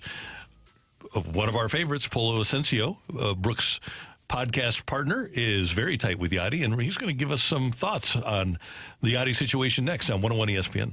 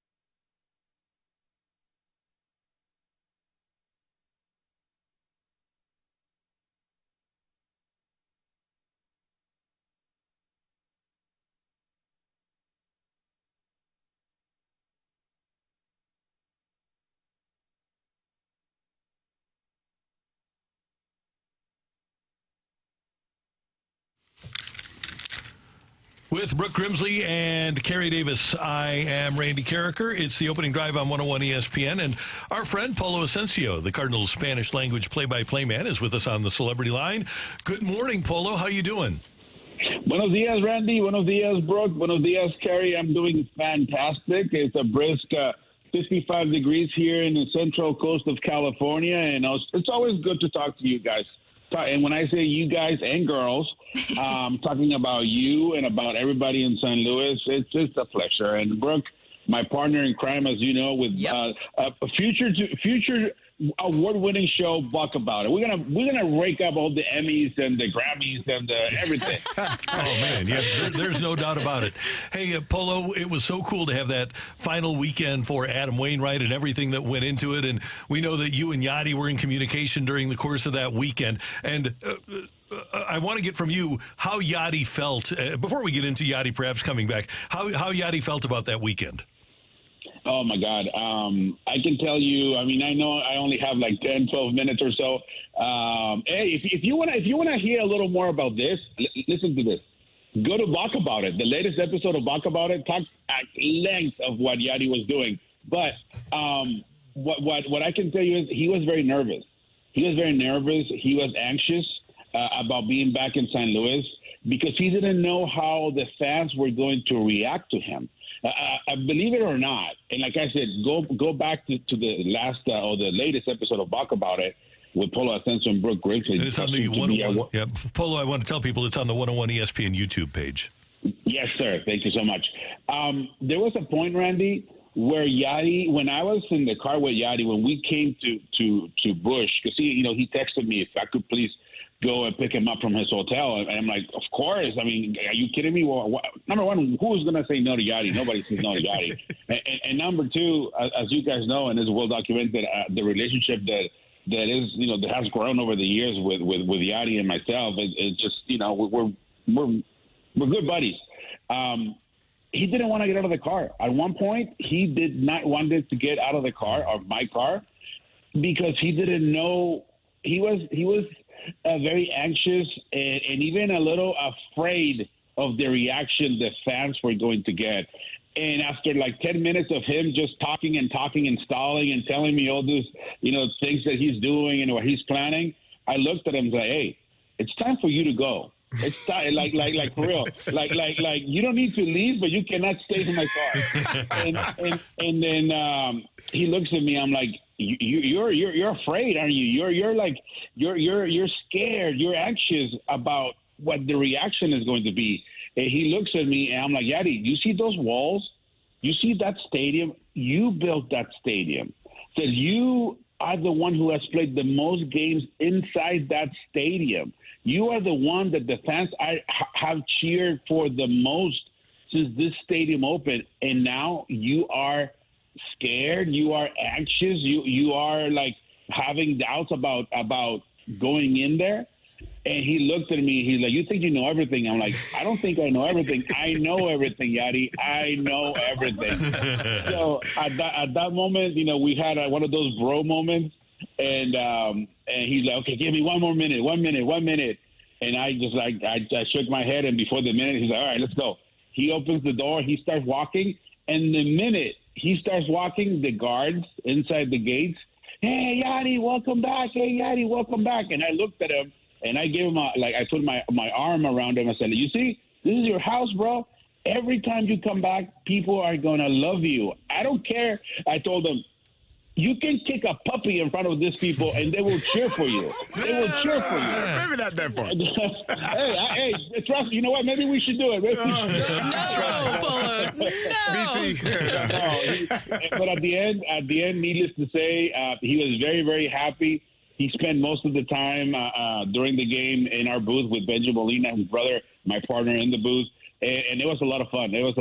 So he was a little, St. Louis, if you can believe this, he was a little hesitant, a little scared, a little nervous of being back in St. Louis, of going back into the stadium. But at the end, when he left, he just said, "This is fun, and I'm going to come back soon." So let's see.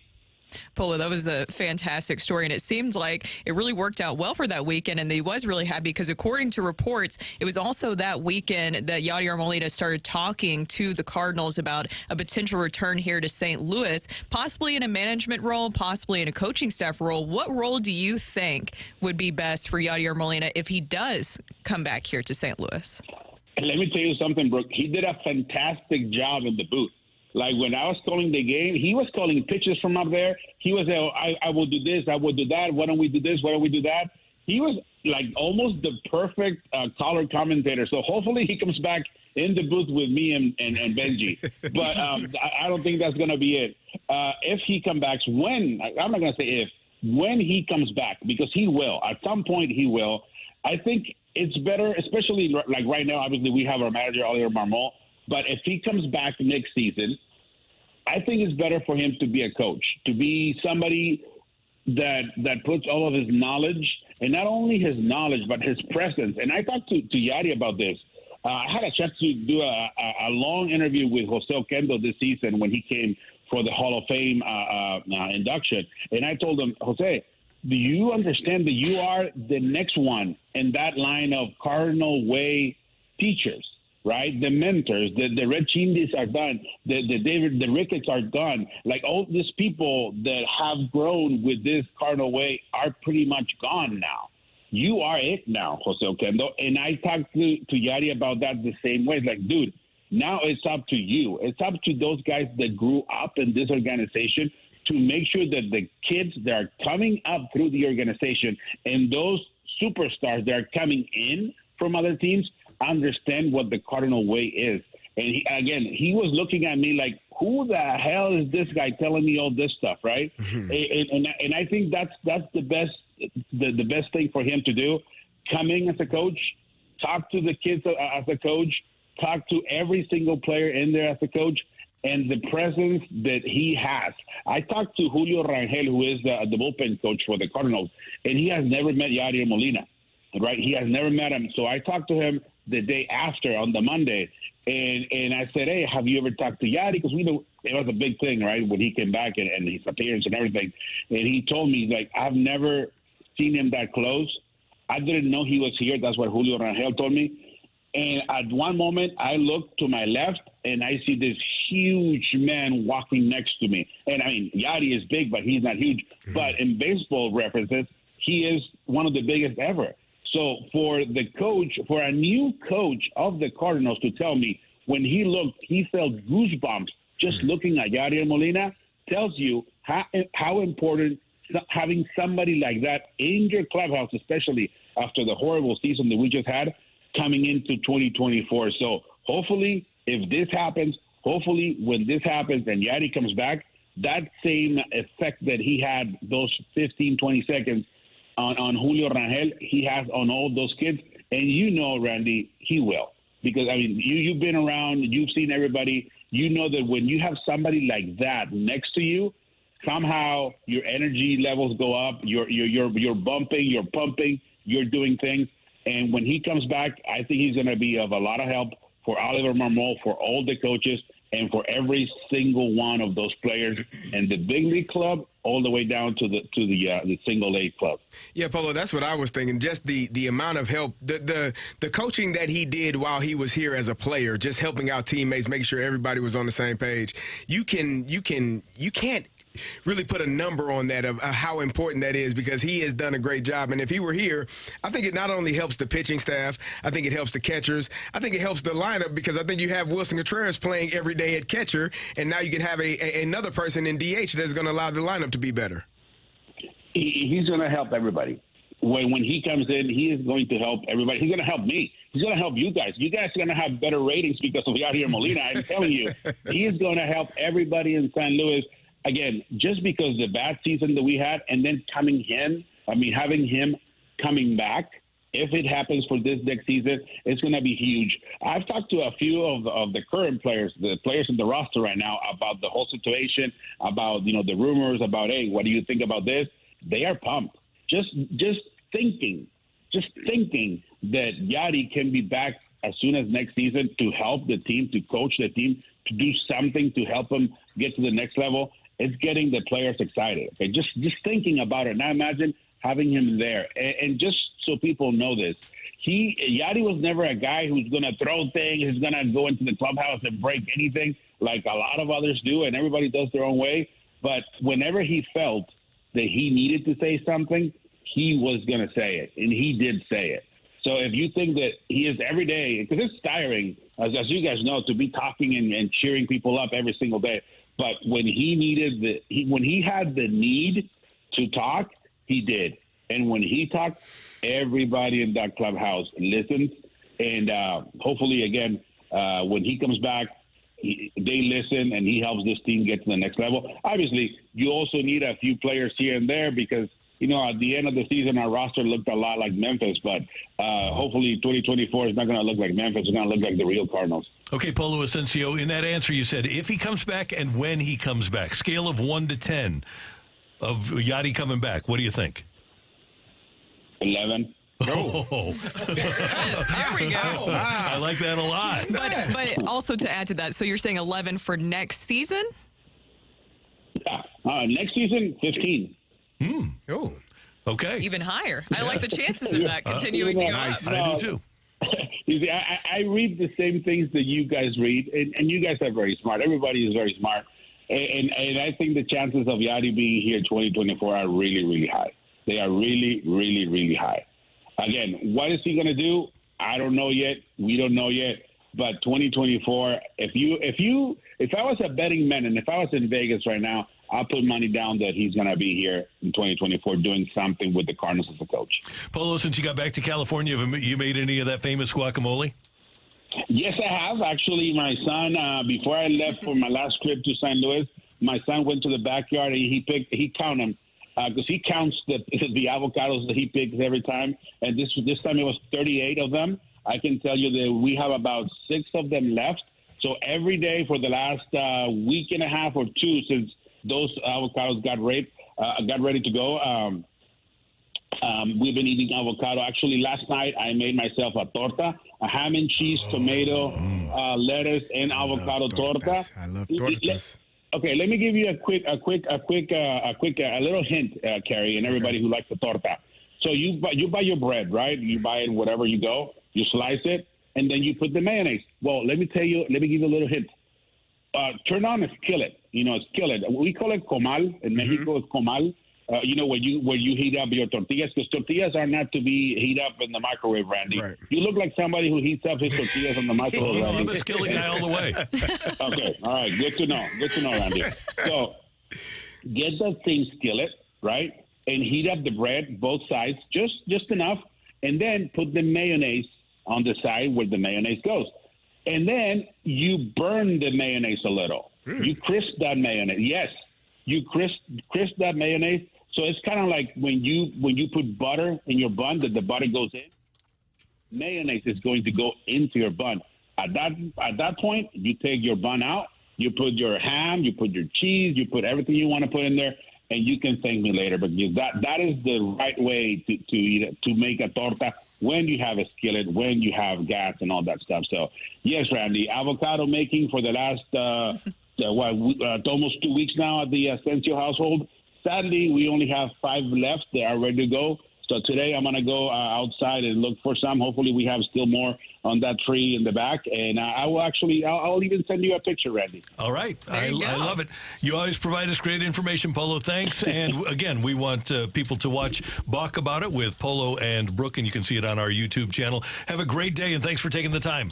Hey, anytime. Thank you so much, guys. And I appreciate you guys. I listen to you guys as much as I can. Especially, I actually listen to the podcast because it's too early for me here in California. But hey, hopefully things continue to be well for all of you. And I love you. Thank you again. And Rocc, appreciate you, my man. Right. Rocc. Thank you, Polo. Appreciate you, Polo. Polo Ascencio with us on 101 ESPN. So at 11, we'll talk about that next on 101 ESPN.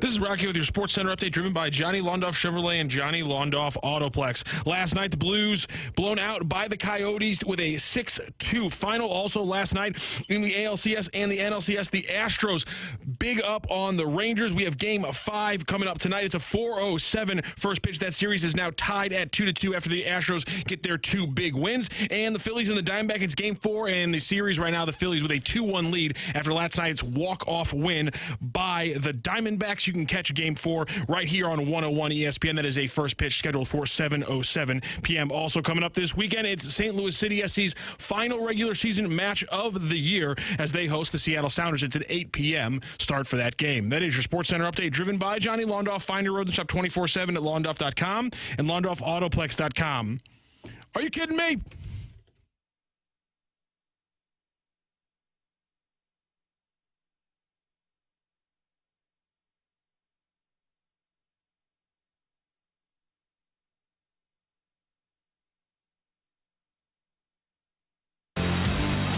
I think the chances of Yadi being here in 2024 are really, really high. They are really, really, really high. Again, what is he going to do? I don't know yet. We don't know yet. But 2024, if I was a betting man and if I was in Vegas right now, I'll put money down that he's going to be here in 2024 doing something with the Cardinals as a coach. That is Polo Ascencio in our last segment here on 101 ESPN. That's a pretty strong endorsement for the idea that Yadier Molina will be a part of the Cardinals, whether it's on the coaching staff or maybe in the front office or maybe even in the Spanish broadcast booth in 2024. He'll be a little bit of everywhere is what I've gathered from that interview. It is interesting. Polo Ascencio, as you mentioned, their Cardinals Spanish broadcaster, has a very close relationship with a lot of the players, but especially Yadier Molina. Benji Molina, of course, his brother, in the broadcast booth with him.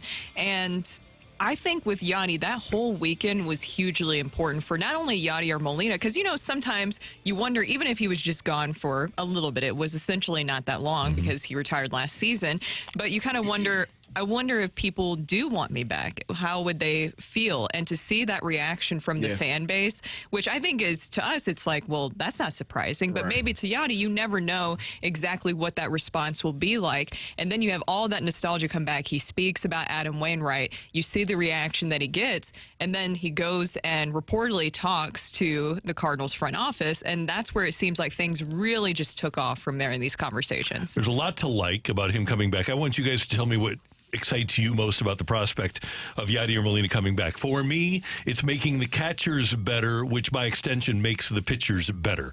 If the catchers are better, calling better games, if they have a better game plan to attack the opposition, which Yadier Molina was expert at, a coach in that environment can make the whole team better simply because the catchers are more on the same page and are able to manage the game with the pitchers better. There's a lot to like, but that would be my favorite and most exciting thing. For me, it's having a legend, a guy that has played the position for so long, understands the ins and outs, as you said, of a pitching staff, of how to work with catchers, being a catcher for his entire career, you know, understanding the nuances of that position and exactly what it requires to be successful and to have longevity, because, you know, playing 19 years at that position is a tough job to do, to get down in that position in 100-degree heat, like the mental fatigue that you get from playing that position day in and day out. Being there to kind of walk our guys through that, both on the mound and behind the plate. And again, when you add that, I think that puts Wilson Contreras in a better situation, which also helps out, as you said, the pitchers, the catchers, but also your lineup.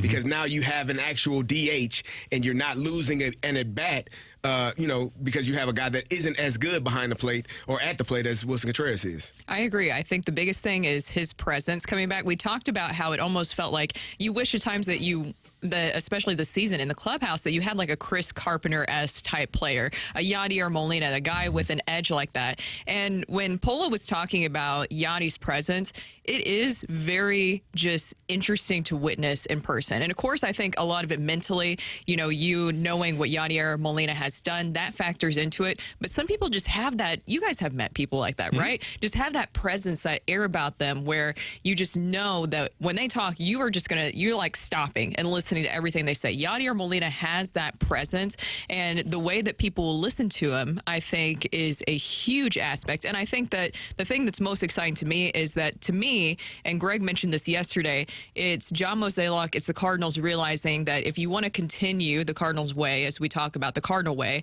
then you need to have somebody like Yadier Molina back here in your organization, specifically on your coaching staff, to make sure you can continue that. And I think to advance what you say, Brooke, think about the way that Nolan Arenado reveres Yadi. I don't know if players are the same with a coach as they are with a player, but I'm sure that most of the guys that are on this team will look at him as still Yadi the player, even though he doesn't have a role on the field anymore. It depends on the coach. If you have a coach that has had success and has had, it varies. It depends on the person. It depends on the coach.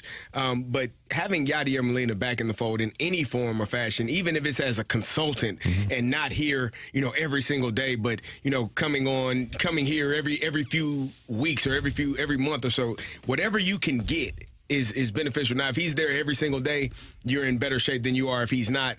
But just having a guy like that around, again, a guy that has done everything in this game, been a world champion, all-star, future Hall of Famer, has done everything you can ask. You want that guy on your bench. Take it or leave it. Yadier Molina in uniform for the Cardinals in spring training, that at some point during the 6 weeks of spring training, Yadier Molina and Lars Nootbaar have a bonding moment over contact injuries. Take it. I was like, where is this going with Lars So when Nootbaar? yours happened, so when you, so it was, how long were you? Mine exploded. I was gonna say Yadi's was worse. I still, to this day, still get squeamish when I think about it. Right now. Doesn't feel. Yeah, totally can relate. Yeah. Totally. Yeah. Coming up, we're going to head down the stretch with rock and roll and the betting slip on this Friday on 101 ESPN.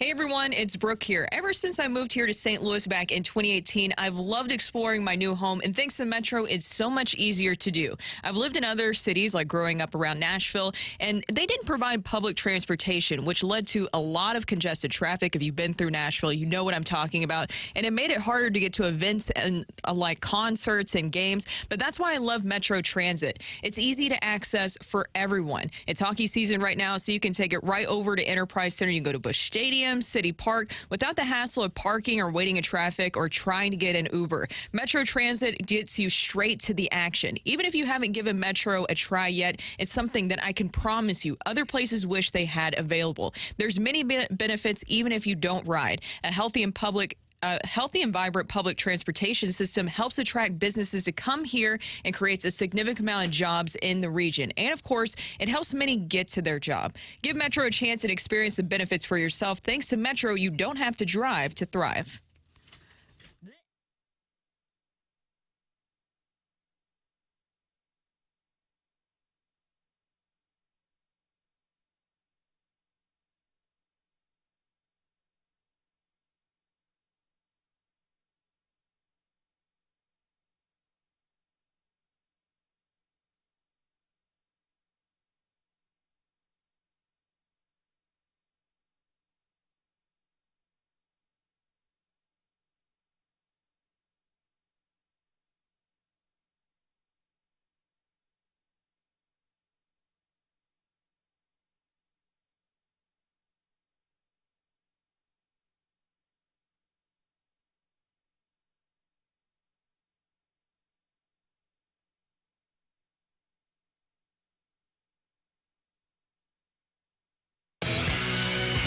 I want to rock!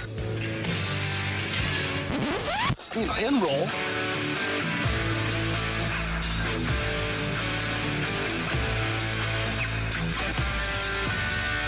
Let's rock. Let's rock today.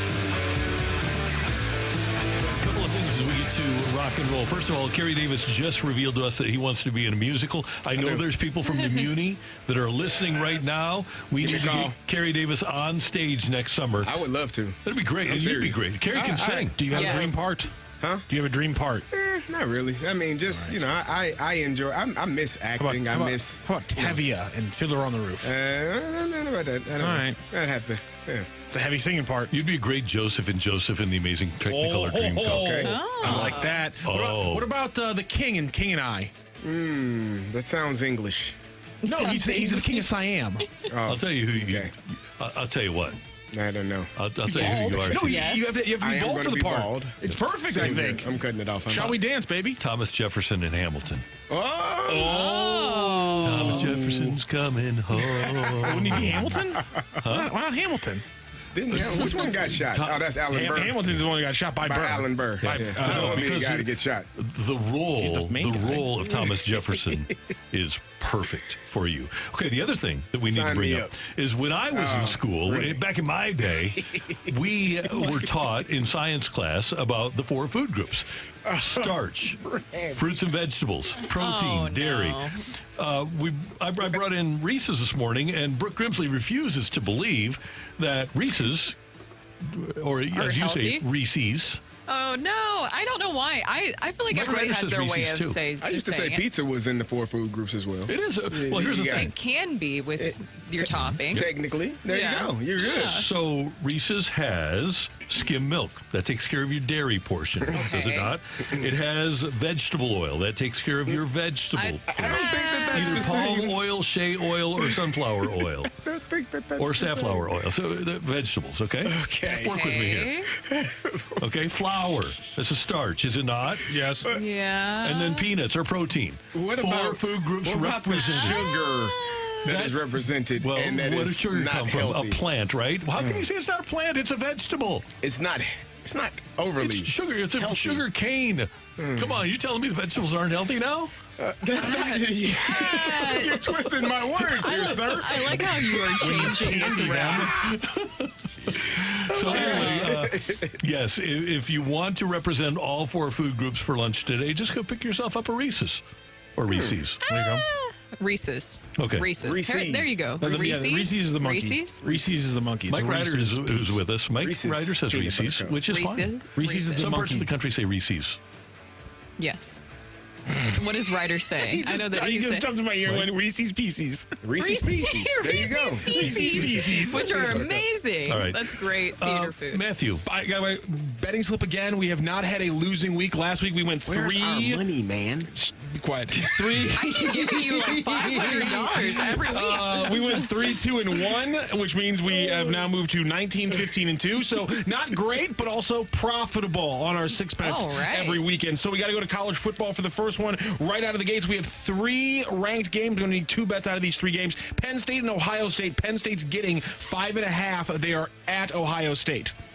I'm going to take Ohio State to cover. I'm going to take Ohio State to cover as well. Yeah, I think so. That makes sense. All right, and then we can either go Tennessee at Bama or Duke at FSU. Tennessee at Bama. Let's do that one. Tennessee at Bama. It's 8.5-point spread right now. Tennessee obviously is getting the points. Bama's giving them up at home in Tuscaloosa. Duke and FSU? I think that might Duke be and FSU's 14.5-point spread. FSU also at home against Duke. You want to go Bama? I would take Tennessee to cover, though. I think Tennessee to cover. Here's the over-under is 47.5. Let's take Tennessee to cover. Okay, there we Tennessee. go. We're going to take Tennessee with the plus 8.5. That's a big number there for Tennessee. They're pretty darn good. And Alabama isn't Alabama-ish. No. Welcome to Rocky Top, guys. All right, and the late game tonight, you can hear it right on 101 ESPN. It's going to be the Phillies and the Diamondbacks. It's an odd pitching matchup, Sanchez versus Mantiply. Right now, the Phillies favorited with -1.5. D-backs are +1.5. The over-under for tonight's game, 9.5. Oh. Now I have a secondary bet here if you don't want to go with the game tonight. You can bet for the series to go 5 games at +245, 6 games at +146, or you can predict this going 7 games at +180. I'm going 5. I think 5 games. 5 games at +150. I wanted to keep going, but yeah. And I think tonight goes over. Yes. Over 9? 9 is... You think so? With that bullpen game for Arizona, I could easily see an 8-4 kind of game. All right, so you want to go over? Over for tonight? Yeah, I like. And you think the Phillies are going to win this 1-5? Yesterday. Yes, I think. Let's roll the dice. Let's go +245. Let's take the over on 9.5. How much does that pay? +245. Well, if you bet 100, you get 245. Oh, well, let me take a trip real quick. Do that. All right, so I need 2 more bets out. I need 2 more bets out of you guys here. So let's go to the tied 2-2 series right now between the Astros and the Rangers. Right now, you can get the Rangers to win this series +108, or you're giving up money to get the Astros to win this series at -130. You guys feeling good about either of these ALCS squads? I'm going Astros. I told you all day. I thought they were the better team. They went to Texas Rangers. after we got Texas came. Controversy, Randy. Jordan Montgomery. That's Jomo? You've got Montgomery and Eovaldi. Mm-hmm. So Jomo? now you need to win it in the next 2 if you're Texas, right? Yes. But I think they should be able to handle Verlander. I got 2 words for you. Yordan Alvarez. Still got a as BT once so Change famously that Y said. to a J, and what do you got? Jordan. Oh. There we go. As Brad Thompson once said about Big Papi, haven't seen my fastball. I think I'm going to go with the Rangers, too. I'm going to take the... You're going to lose the tiebreaker there. Own. We're going to take the Rangers, and then I need 1 NFL bet from everybody here. There's 2 home favorites that are only getting it because they're home. Falcons are +2.5 at the Bucks, and the Dolphins are +2.5 at the Eagles. Do we like the home favorite in either of these games? Do we like the road dog in either of these games? I like the road dog in both of those. Hold on. Falcons +2.5 at Buccaneers. Like that. I like the Bucks to cover that. And then Dolphins +2.5 at Philadelphia. The Eagles got a lot of injuries going on. Offensive line, defensive line. The over-under in that game is 51.5. They haven't quite last game. got it going offensively yet. It's kind of stagnant. And the Dolphins will be on the stage. Tyreek will be on the stage. And it's not really cold yet in Philly, so there's no advantage there for Philadelphia. I'm going to go Miami. I like Tampa against Atlanta at 2.5 as well. I kind of feel the same way about Miami. Miami with the points? Yeah. All right, well, then we're going to take Miami with the points for our 6th bet, which gives us a betting slip of, we're going to take number 3 Ohio State hosting Penn State. They're giving up 5.5 points. We're going to take underdog Tennessee in Tuscaloosa, getting 8.5 against Bama. We're going to take the over on tonight's NLCS game 4, over 9.5. We're going to take that series going just 5 games for plus 245, excuse me. And then we're going to take the Rangers to win the ALCS at plus 108, and we're going to top it all off with the Dolphins at the Eagles. We're going to take those points plus 2.5 because I think Tyreek Hill is going to show out against the Eagles. So there is our betting slip for today. You're welcome for the free money. It's at least going to go. It's at least going to go 3-3. That's the worst we've done so far. There you go. Great job by our producer, audio engineer Matthew Rocchio. Thank you, sir. Pleasure. Brooke, did you have fun? I did, and now I know about the food groups a little bit better and why Halloween candy works. How about that? I thought you were going to say contact injuries. I like Almond Joy. Almond Joy has nuts, Mounds don't. But Mounds, yeah, I like the almonds in Almond Joy. So Almond Joy. I'm with you. There CD? you Show us your face. We want to see your face. Who said that? You want to see my face? Go Hawks. Go Hawks. First Friday night home game ever. Big night. In history of Hazelwood Central. The Mecca. The Mecca tonight. Whiteout. We're going to have a good time. It's going to be a good game. Thank you, sir. And we thank you for tuning in, texting in, and being a part of the show. Enjoy your weekend. And for all of us, until Monday morning at 7, have a great weekend, St. Louis. That's right.